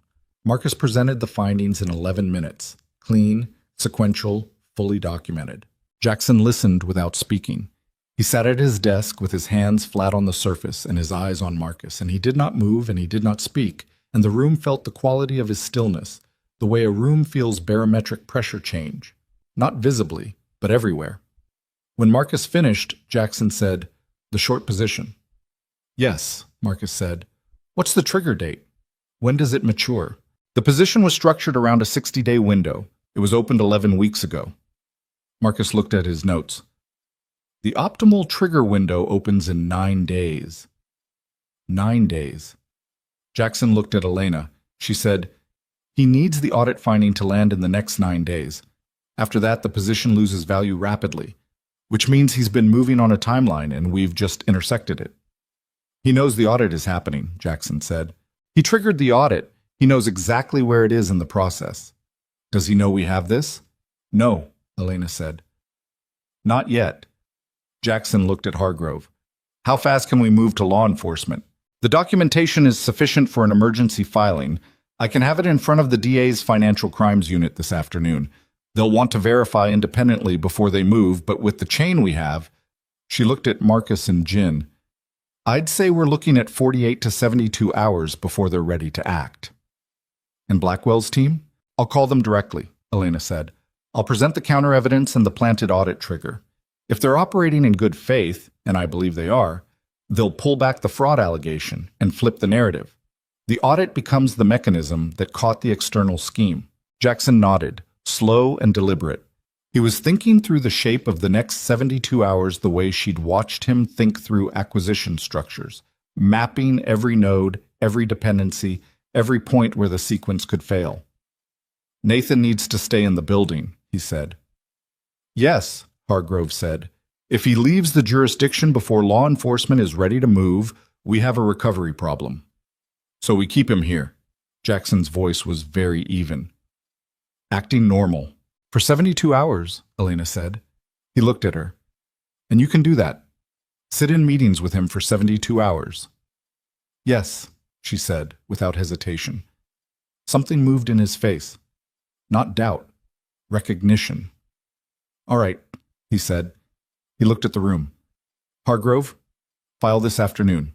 Marcus, Jin, stay on the RCC Capital Trace. Elena. He paused. Are you all right? The question landed differently than it might have. Different from the way it would have landed from anyone else, and different from anything he'd said in 3 years of working in the same building. She looked at him for a moment. Ask me in 72 hours, she said. He almost smiled. Not quite, but almost. All right, he said again. Let's go. The next 20 hours were the kind of hours that don't feel like hours. They feel like a single continuous state of sustained pressure, the kind that flattens time into a texture rather than a sequence. Elena moved through the building with the same precise efficiency she always had. She attended 2 meetings that included Nathan. She answered his questions. She responded to a message from him at 3:14 that referenced the Thursday dinner, saying, "Still hoping you'll say yes." She wrote back, "This week is impossible. Rain check." He responded with a single word, "Of course." And she sat with the screen for a moment looking at that word, and then closed the message and moved on. At 6 p.m., Hargrove confirmed the DA's Financial Crimes Unit had accepted the filing. The assigned investigator had requested a meeting for the following morning. At 8 p.m., Marcus sent a 3-line message. RCC Capital Partners. Beneficial ownership confirmed. Nathan Christopher Cole. Documentation attached. At 9:40, Elena called Blackwell's team. She had prepared for the call for 40 minutes. She knew the shape of it, the argument she needed to make, the evidence she needed to present, the specific sequence that would move a skeptical external audit team from adversarial to cooperative. She had done this kind of persuasion work before, in different contexts, different stakes. She knew the technique. She had not previously done it while running on 5 hours of sleep across 2 days with the knowledge that the man she was building a case against had spent 12 weeks constructing a relationship with her as part of an operational strategy. She did it anyway. Richard Blackwell's lead auditor was a man named Park. He was skeptical for the first 8 minutes. He was less skeptical for the next 6. He was quiet for 2 minutes after she finished. Then he said, "Send me the documentation." She sent it. Park called back at 11:04 p.m. "We're going to need a day to verify independently, but if this holds, it holds," she said. "If it holds," he said, "then the audit becomes a fraud referral rather than a compliance finding. That's a very different outcome for Pierce Global." "Yes," she said. "It is." She hung up.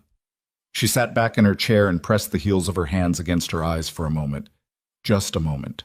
Then she heard footsteps. Specific footsteps. She dropped her hands. Jackson was in the doorway. It was past 11, and the floor was empty, and he was standing there with his jacket off and his sleeves rolled and the expression of someone who had heard enough of the call to know how it had gone. "Park," he said, "he'll verify independently. He'll be done by tomorrow evening." Jackson leaned against the doorframe. He looked like what he was. A man who had been in sustained operational crisis for 2 days and was holding it together through will and practice and nothing else. His hair was slightly off. His eyes were tired in a way they almost never were. He looked, for the first time since she'd known him, like a person rather than a performance. "We're going to make it," he said. It wasn't triumph, just statement, the specific tone of someone confirming a calculation. "Yes," she said. He nodded. Then, "Elena." She looked at him. "The message I sent you, Thursday night." He stopped, started again. "I need to finish." Her phone buzzed. She looked down reflexively. The screen showed a name, Nathan Cole. She looked at the message. It was 4 words, and they turned the temperature of the room approximately 10 degrees. "I know you know." She held the phone. Her heartbeat was in her throat. Jackson crossed the room in 4 steps and looked at the screen. She watched his face go absolutely still. Not the processing stillness, not the managed stillness, but the stillness of someone whose body has responded to a threat signal before the mind has fully caught up. "He knows," Jackson said. "Jackson, someone told him." Her voice was even. She was surprised by how even it was. "Or he has a monitor on the system access logs and he saw the forensic queries. Which means he's going to move." She was already standing. "He's going to try to trigger the audit finding before we can present the counter evidence to Blackwell. He needs the fraud finding on record. Even if it's later disputed, even if the case against him is solid, a recorded fraud finding creates a news event, and the news event moves the stock before the correction can catch up. She grabbed her phone. He doesn't need the case against him to go away. He just needs one news cycle. Jackson said, "How does he trigger it?" "He goes to Blackwell directly, tonight, before we can reach Park again. He tells them Pierce Global is trying to suppress the audit finding and manufacture a counter-narrative. If Blackwell puts anything on record tonight, Park said he'd need until tomorrow evening to verify." That was before Nathan knew we had him. She looked at Jackson. "If Nathan calls Park tonight with a counter-story, Park doesn't run the audit. He pauses. And while Park pauses, Nathan gets to someone in the press," Jackson said, "or files something himself. In his name, not Blackwell's. A whistleblower report. It's less clean, but it still creates the news cycle." They looked at each other across the office. The floor was empty around them. The building breathed its overnight HVAC rhythm. "Call Hargrove," he said. She was already dialing. Hargrove answered on the second ring. Elena gave her 30 seconds of information. Hargrove said, "I'll call the DA's investigator. Emergency contact. We may be able to get an overnight restraining order on any public disclosure, but I need an hour." "You have 40 minutes, Elena said. She ended the call. Her phone buzzed again. Nathan. This time it wasn't a text. It was a call. She looked at the screen, looked at Jackson. "Answer it," he said. She answered it. Nathan's voice was different than she'd ever heard it. Not the easy, unhurried quality of the Tuesday lunches, not composed, not performing, just direct, stripped of everything she'd known it to carry. "You're smarter than I planned for," he said. She said nothing. "I want you to know that wasn't personal. What happened with your workstation? I want you to know—" "Don't," she said. A pause. "I'm going to make a call in the next 30 minutes, he said. "You know what call." "I know." "You can't stop it legally in 30 minutes. "We'll see." "Elena," his voice dropped slightly, "I'm not asking you to let me go. I'm telling you the timeline so you can try. Because you deserve that. What I did was—" "Don't finish that sentence." Her voice was cold and clear and entirely steady. "Not to me, not tonight." Silence. 30 minutes, he said, and hung up. She lowered the phone. The room was very still. Jackson was watching her with the particular attention of someone who is trying to read a situation from a person's face because the situation is moving faster than the available information. 30 minutes, she said. Hargrove needs 40. "I know." She was already moving. "There's another way to buy 10 minutes. "How?" She looked at him. The full weight of what she was about to say sat in her chest for 1 second before she let it go. "You call Blackwell directly," she said.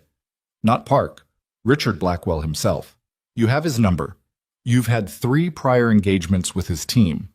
You call him right now and you tell him personally that a counter-narrative is about to be delivered to his team and you need him to hold all disclosures for 1 hour pending a direct conversation. He doesn't know you. He knows your company. He might hold. He might not." "No," she said. "He might not."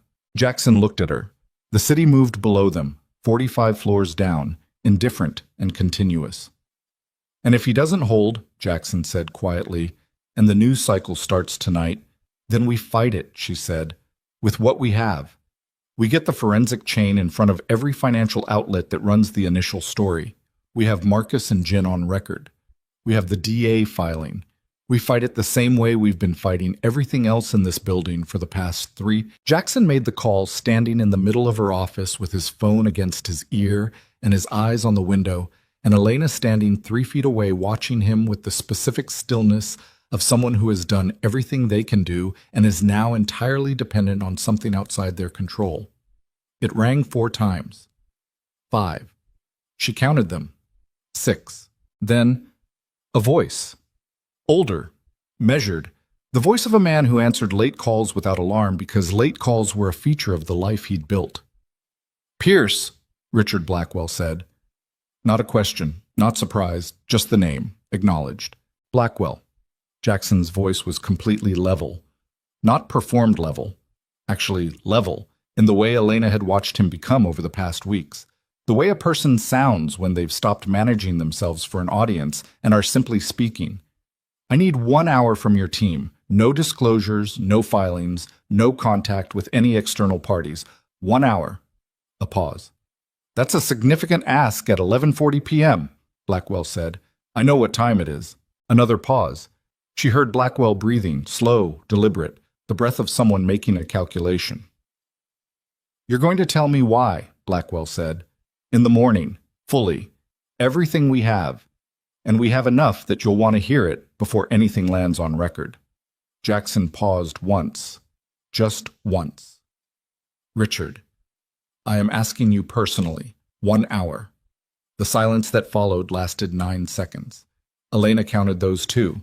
1 hour, Blackwell said. My team does nothing for 1 hour. After that, I can't hold them. That's all I need. Blackwell ended the call. Jackson lowered the phone.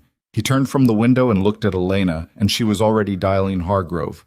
We have 1 hour, she said when Hargrove picked up. What do you need? Hargrove said, I need 35 minutes and for you to not call me again until I call you. Done. She hung up. The office was quiet around them. 45 floors of glass and walnut and marble, and the accumulated architecture of a company built by one man from a leased office, and 3 employees and the specific kind of will that doesn't recognize when it's supposed to stop. Jackson sat down in the chair across from her desk. Not his chair, the visitor chair, the one that clients and directors used, the one that put him on the same side of the desk as everyone else. He sat in it with his elbows on his knees and looked at the floor. Elena sat at her desk. For a moment, neither of them said anything, and the silence had a quality to it that was different from the operational silences of the past 72 hours. Not the silence of 2 people managing a crisis, but the silence of 2 people who have been in a sustained emergency together and have arrived temporarily at a pocket of stillness and don't know yet what to do with it. You should call Sophie, Jackson said. He was still looking at the floor. She looked at him. What? Your sister. He glanced up.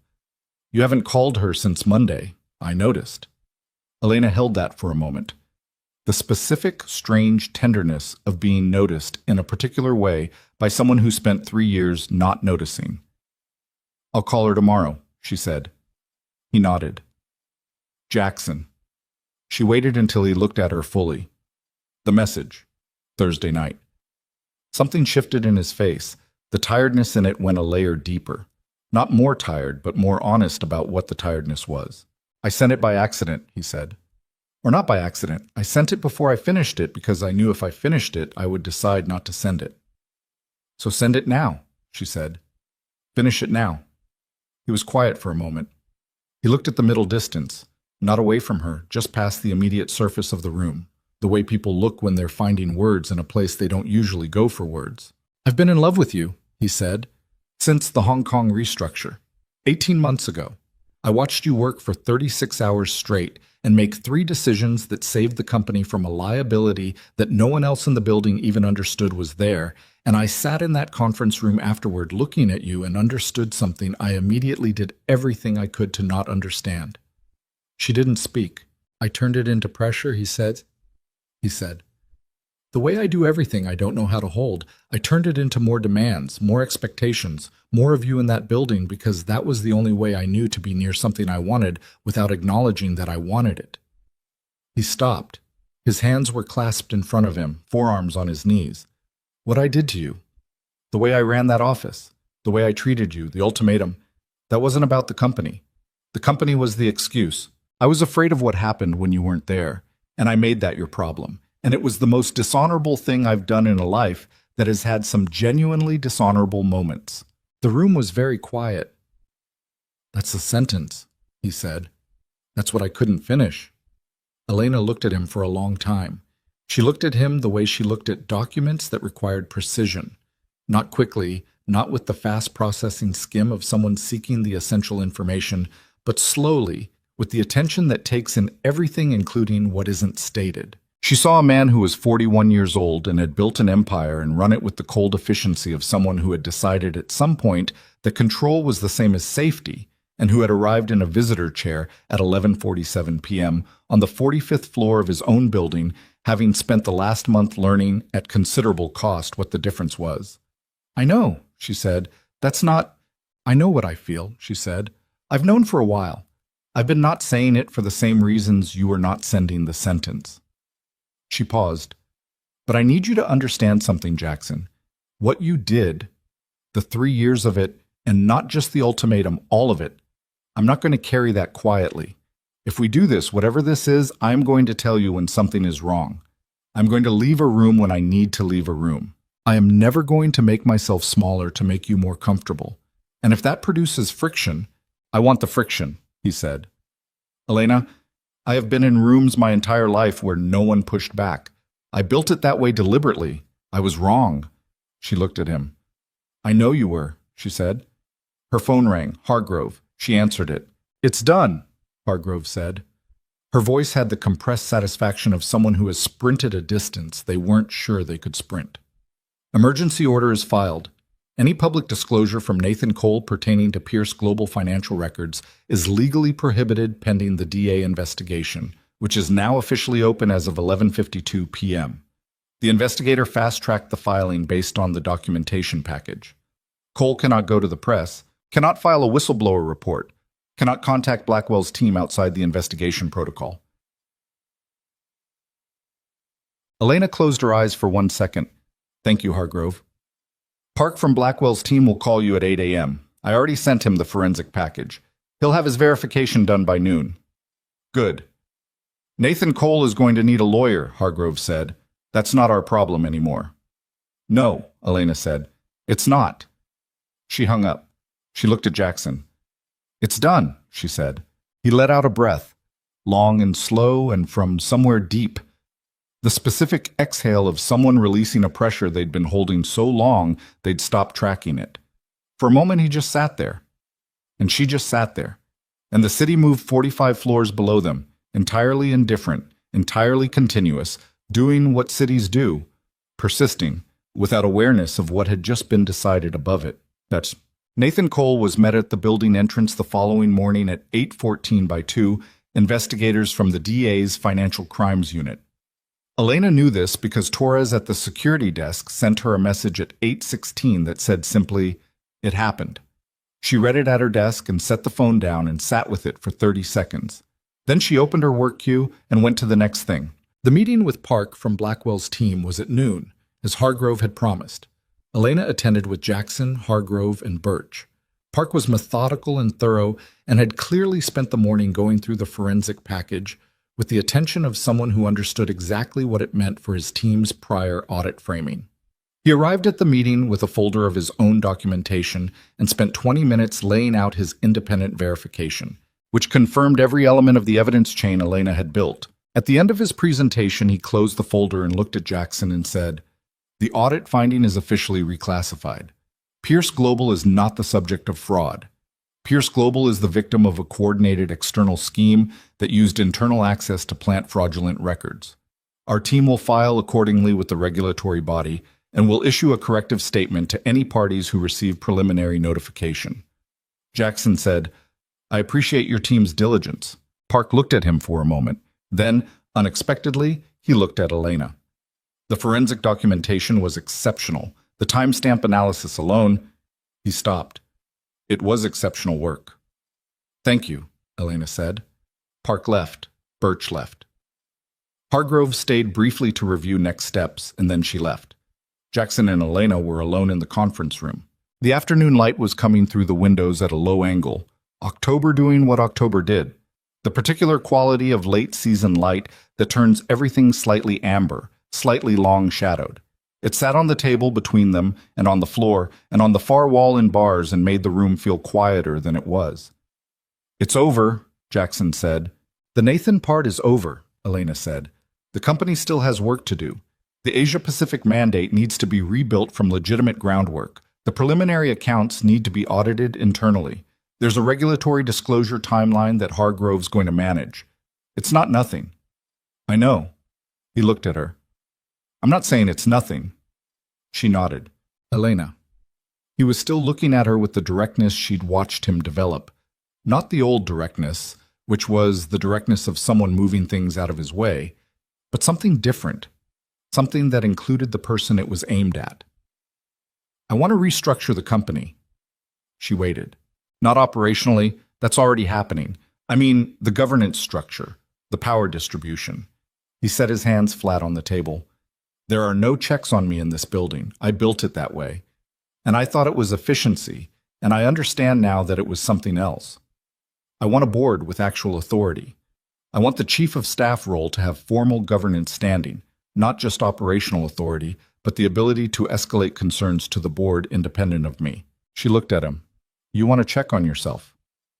I want a structure that doesn't depend on people being afraid of me to function, because that's what I had for 3 years, and look at what it produced. A company where a man like Nathan Cole could walk in and find exactly the vulnerabilities he needed because the vulnerabilities were built into the culture. She was quiet for a moment. The light moved slightly as a cloud passed outside.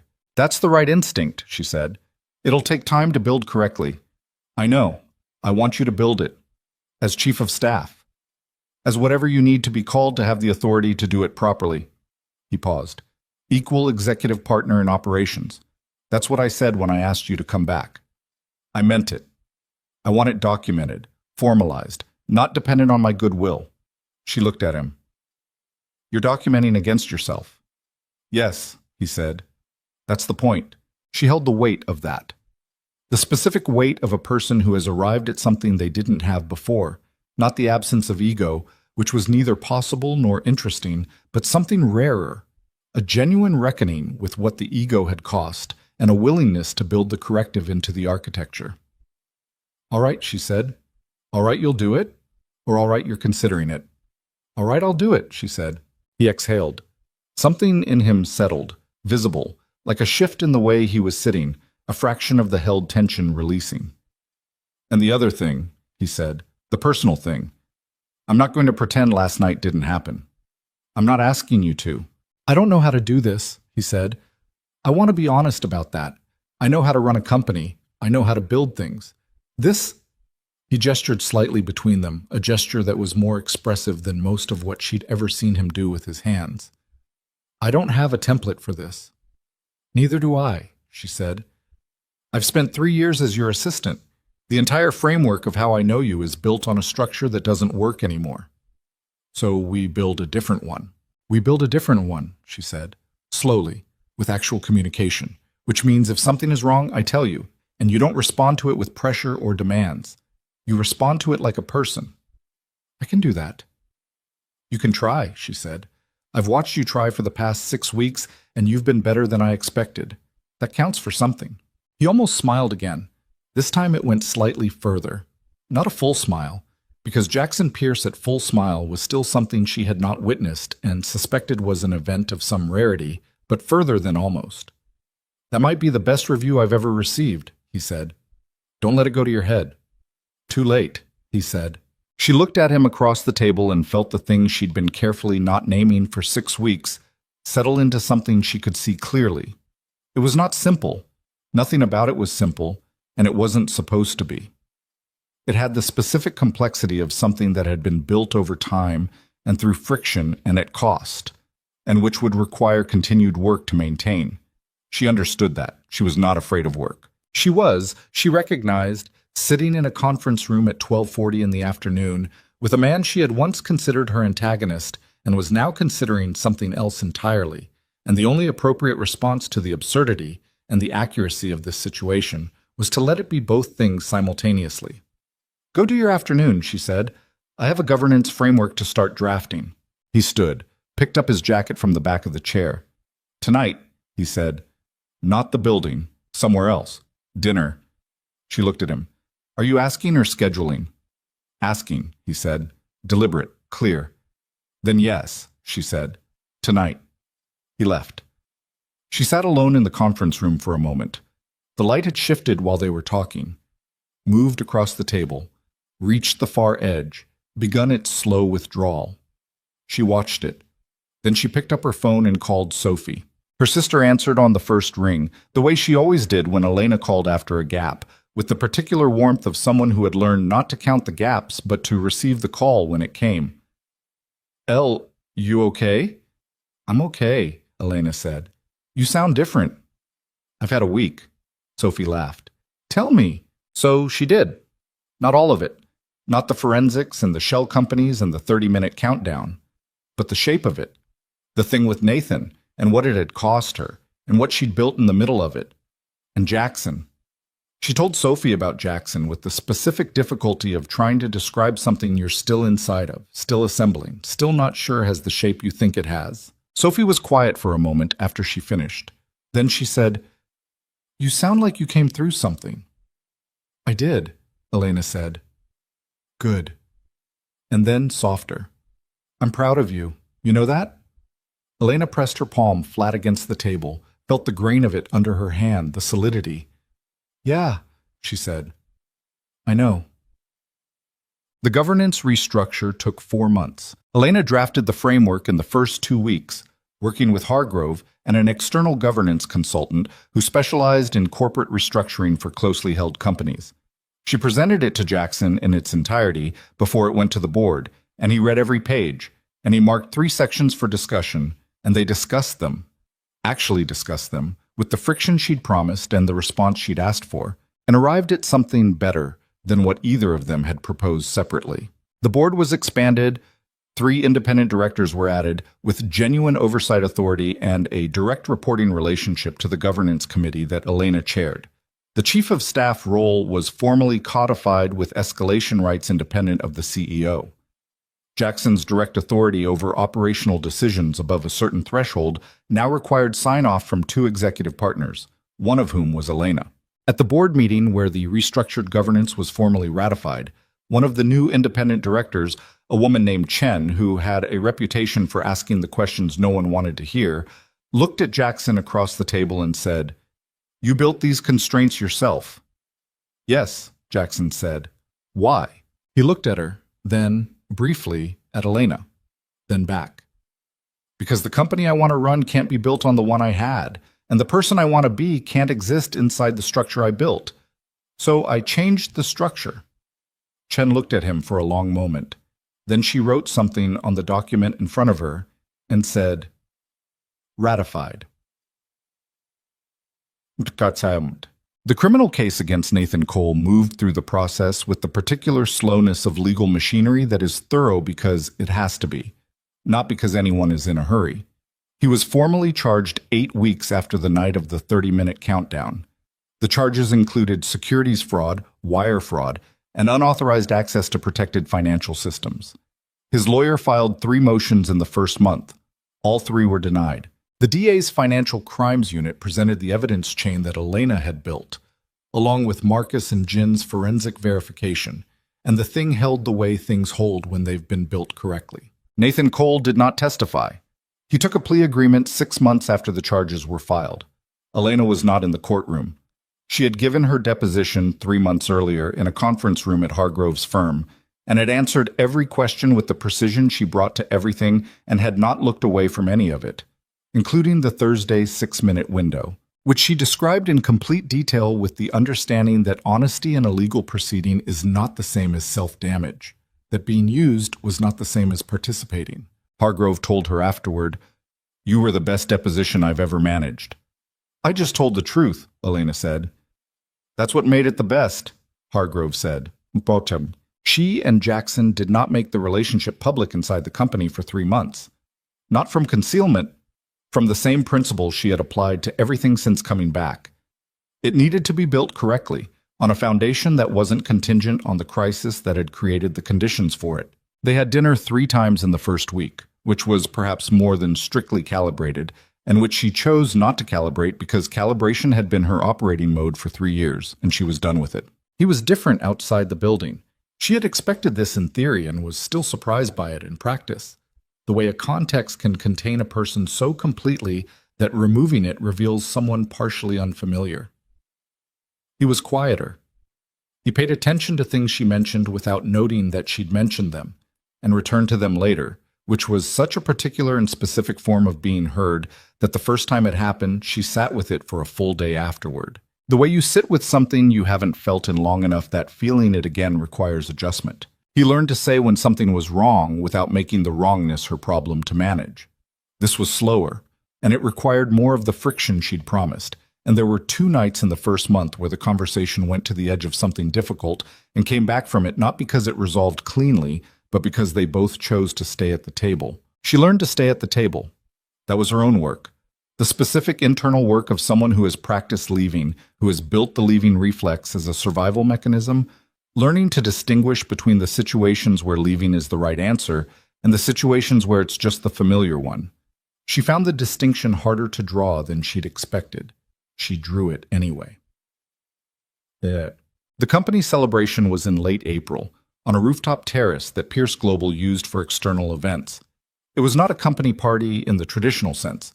Jackson didn't do traditional company parties, and Elena had not suggested he start. It was a dinner for 60 people, the full executive team, the board, the external partners who had worked with the company during the restructure, and Hargrove, who arrived with her husband and was the only person in the room who knew the full sequence of what the past 6 months had contained. Elena wore a dress that was not her work uniform. This sounds like a small thing, and was not. It was the dress she'd bought in November, in a shop she'd walked into on a Saturday afternoon when she had nowhere in particular to be, which still happens sometimes with the slight foreignness of a sensation you haven't fully integrated. Jackson found her on the terrace before dinner, standing at the railing looking at the city. He stood beside her. He did not touch her yet. He had learned the geometry of when to move toward and when to stand at the right distance, and this was the kind of moment where the distance was part of the thing. They stood and looked at the city. "I've been thinking about what I'm going to say tonight," he said. "The remarks. To the team." "What are you going to say?" He was quiet for a moment. "I was going to talk about resilience, about what the company came through and what it built on the other side. Standard stuff. But I think the thing I actually want to say is simpler than that." He looked at the city. The April evening was mild enough that you could stand outside without a coat if you stood still. "I want to say that a company is made of people, and the quality of the company is determined by whether those people are seen, and that I spent a long time building something that was very good at not seeing people." He paused, "And that I was wrong, and that it cost things it shouldn't have cost, and that the company we're building now is built on a different premise." She turned and looked at him. "Say that," she said. "Say exactly that." He turned and looked at her. The terrace lights were low and warm, and the city was doing its nighttime arrangement behind him. He looked like what he was, a man who had built something and broken something and built something better on the break, which is not a story about triumph. It's just the honest story of what some people manage to do if they stay in it long enough to find out who they are when the structure comes down. Elena. He said her name the way he'd said it in that elevator corridor 6 months ago. Not managed, not controlled, just her name. "I know," she said. "I haven't proposed yet." "I know you haven't." "I'm going to." "I know that too," she said. He reached into his jacket pocket and took out a ring. Not a box, just the ring, the way someone carries something they've been carrying for a while. Not waiting for the right setting, but for the right moment, which turns out to be a Tuesday in November, or a Thursday in March, or an April evening on a terrace while the city lays itself out below like an argument for everything that's still possible. The ring was simple. She noticed that. He had noticed that she didn't wear ornate things. He held it in his palm and looked at her and said, "I'm not asking you as your employer. I'm not asking because of what you did for the company. I'm asking because you are the only person in my life who has ever told me the truth when the truth was something I didn't want to hear, and I spent 3 years punishing you for it. And then you came back anyway and told me again. And I don't have a language for what that means to me, except to say that I want to spend whatever time I have left learning to deserve it." She looked at him for a long moment. She looked at the ring in his palm. She thought about a morning in October when she packed her personal items in a bag and walked to an elevator and heard her own heartbeat and discovered, midair, that she was not as afraid of falling as she'd thought. She took the ring. She put it on. "You're going to have to keep working at it," she said. "I know," he said. "I mean that. I'm not going to let you stop." "I know," he said again. And the third time he said it, it had the same accumulating weight as the first night in her office, when he'd said it 3 times in the space of a minute, but different. Not the weight of acknowledging what he'd done wrong, but the weight of someone who has arrived at a specific and genuine understanding of what he is saying yes to, and is saying it anyway, and means it completely. She stepped forward and he put his arms around her and she felt his breathing against her hair. Slow. A little uneven. The breathing of a man who does not often allow himself to be held in anything and is learning, at 41, that this is not a weakness but the exact opposite. Behind them, through the terrace doors, the dinner was beginning. 60 people. The company they were building, the structure they had written together in the margins of a crisis that could have destroyed everything and instead had exposed the load-bearing truth of it. In a few minutes, they would go inside. He would give his remarks. She would sit at the table where she had a chair, not as an assistant, not as a staff member, but as a partner. In the company, in the governance structure, in the conversation that didn't have a clean ending because it wasn't supposed to. Life doesn't end. It continues, and then it continues again. And the work of it is not the resolution, but the willingness to stay inside it and keep building. But right now they stood on the terrace. The city spread below them in its million-lit windows, each one a different arrangement of what people do with the time they have, and Elena Carter stood inside the arms of a man she had once walked away from and came back to and chose again, and looked out at all of it, and felt not the managed peace of someone who has suppressed the difficult things, but the actual, hard-won, imperfect peace of someone who has gone through the difficult things and is still standing. Still here, still choosing. That was enough. That was, she understood now, precisely enough.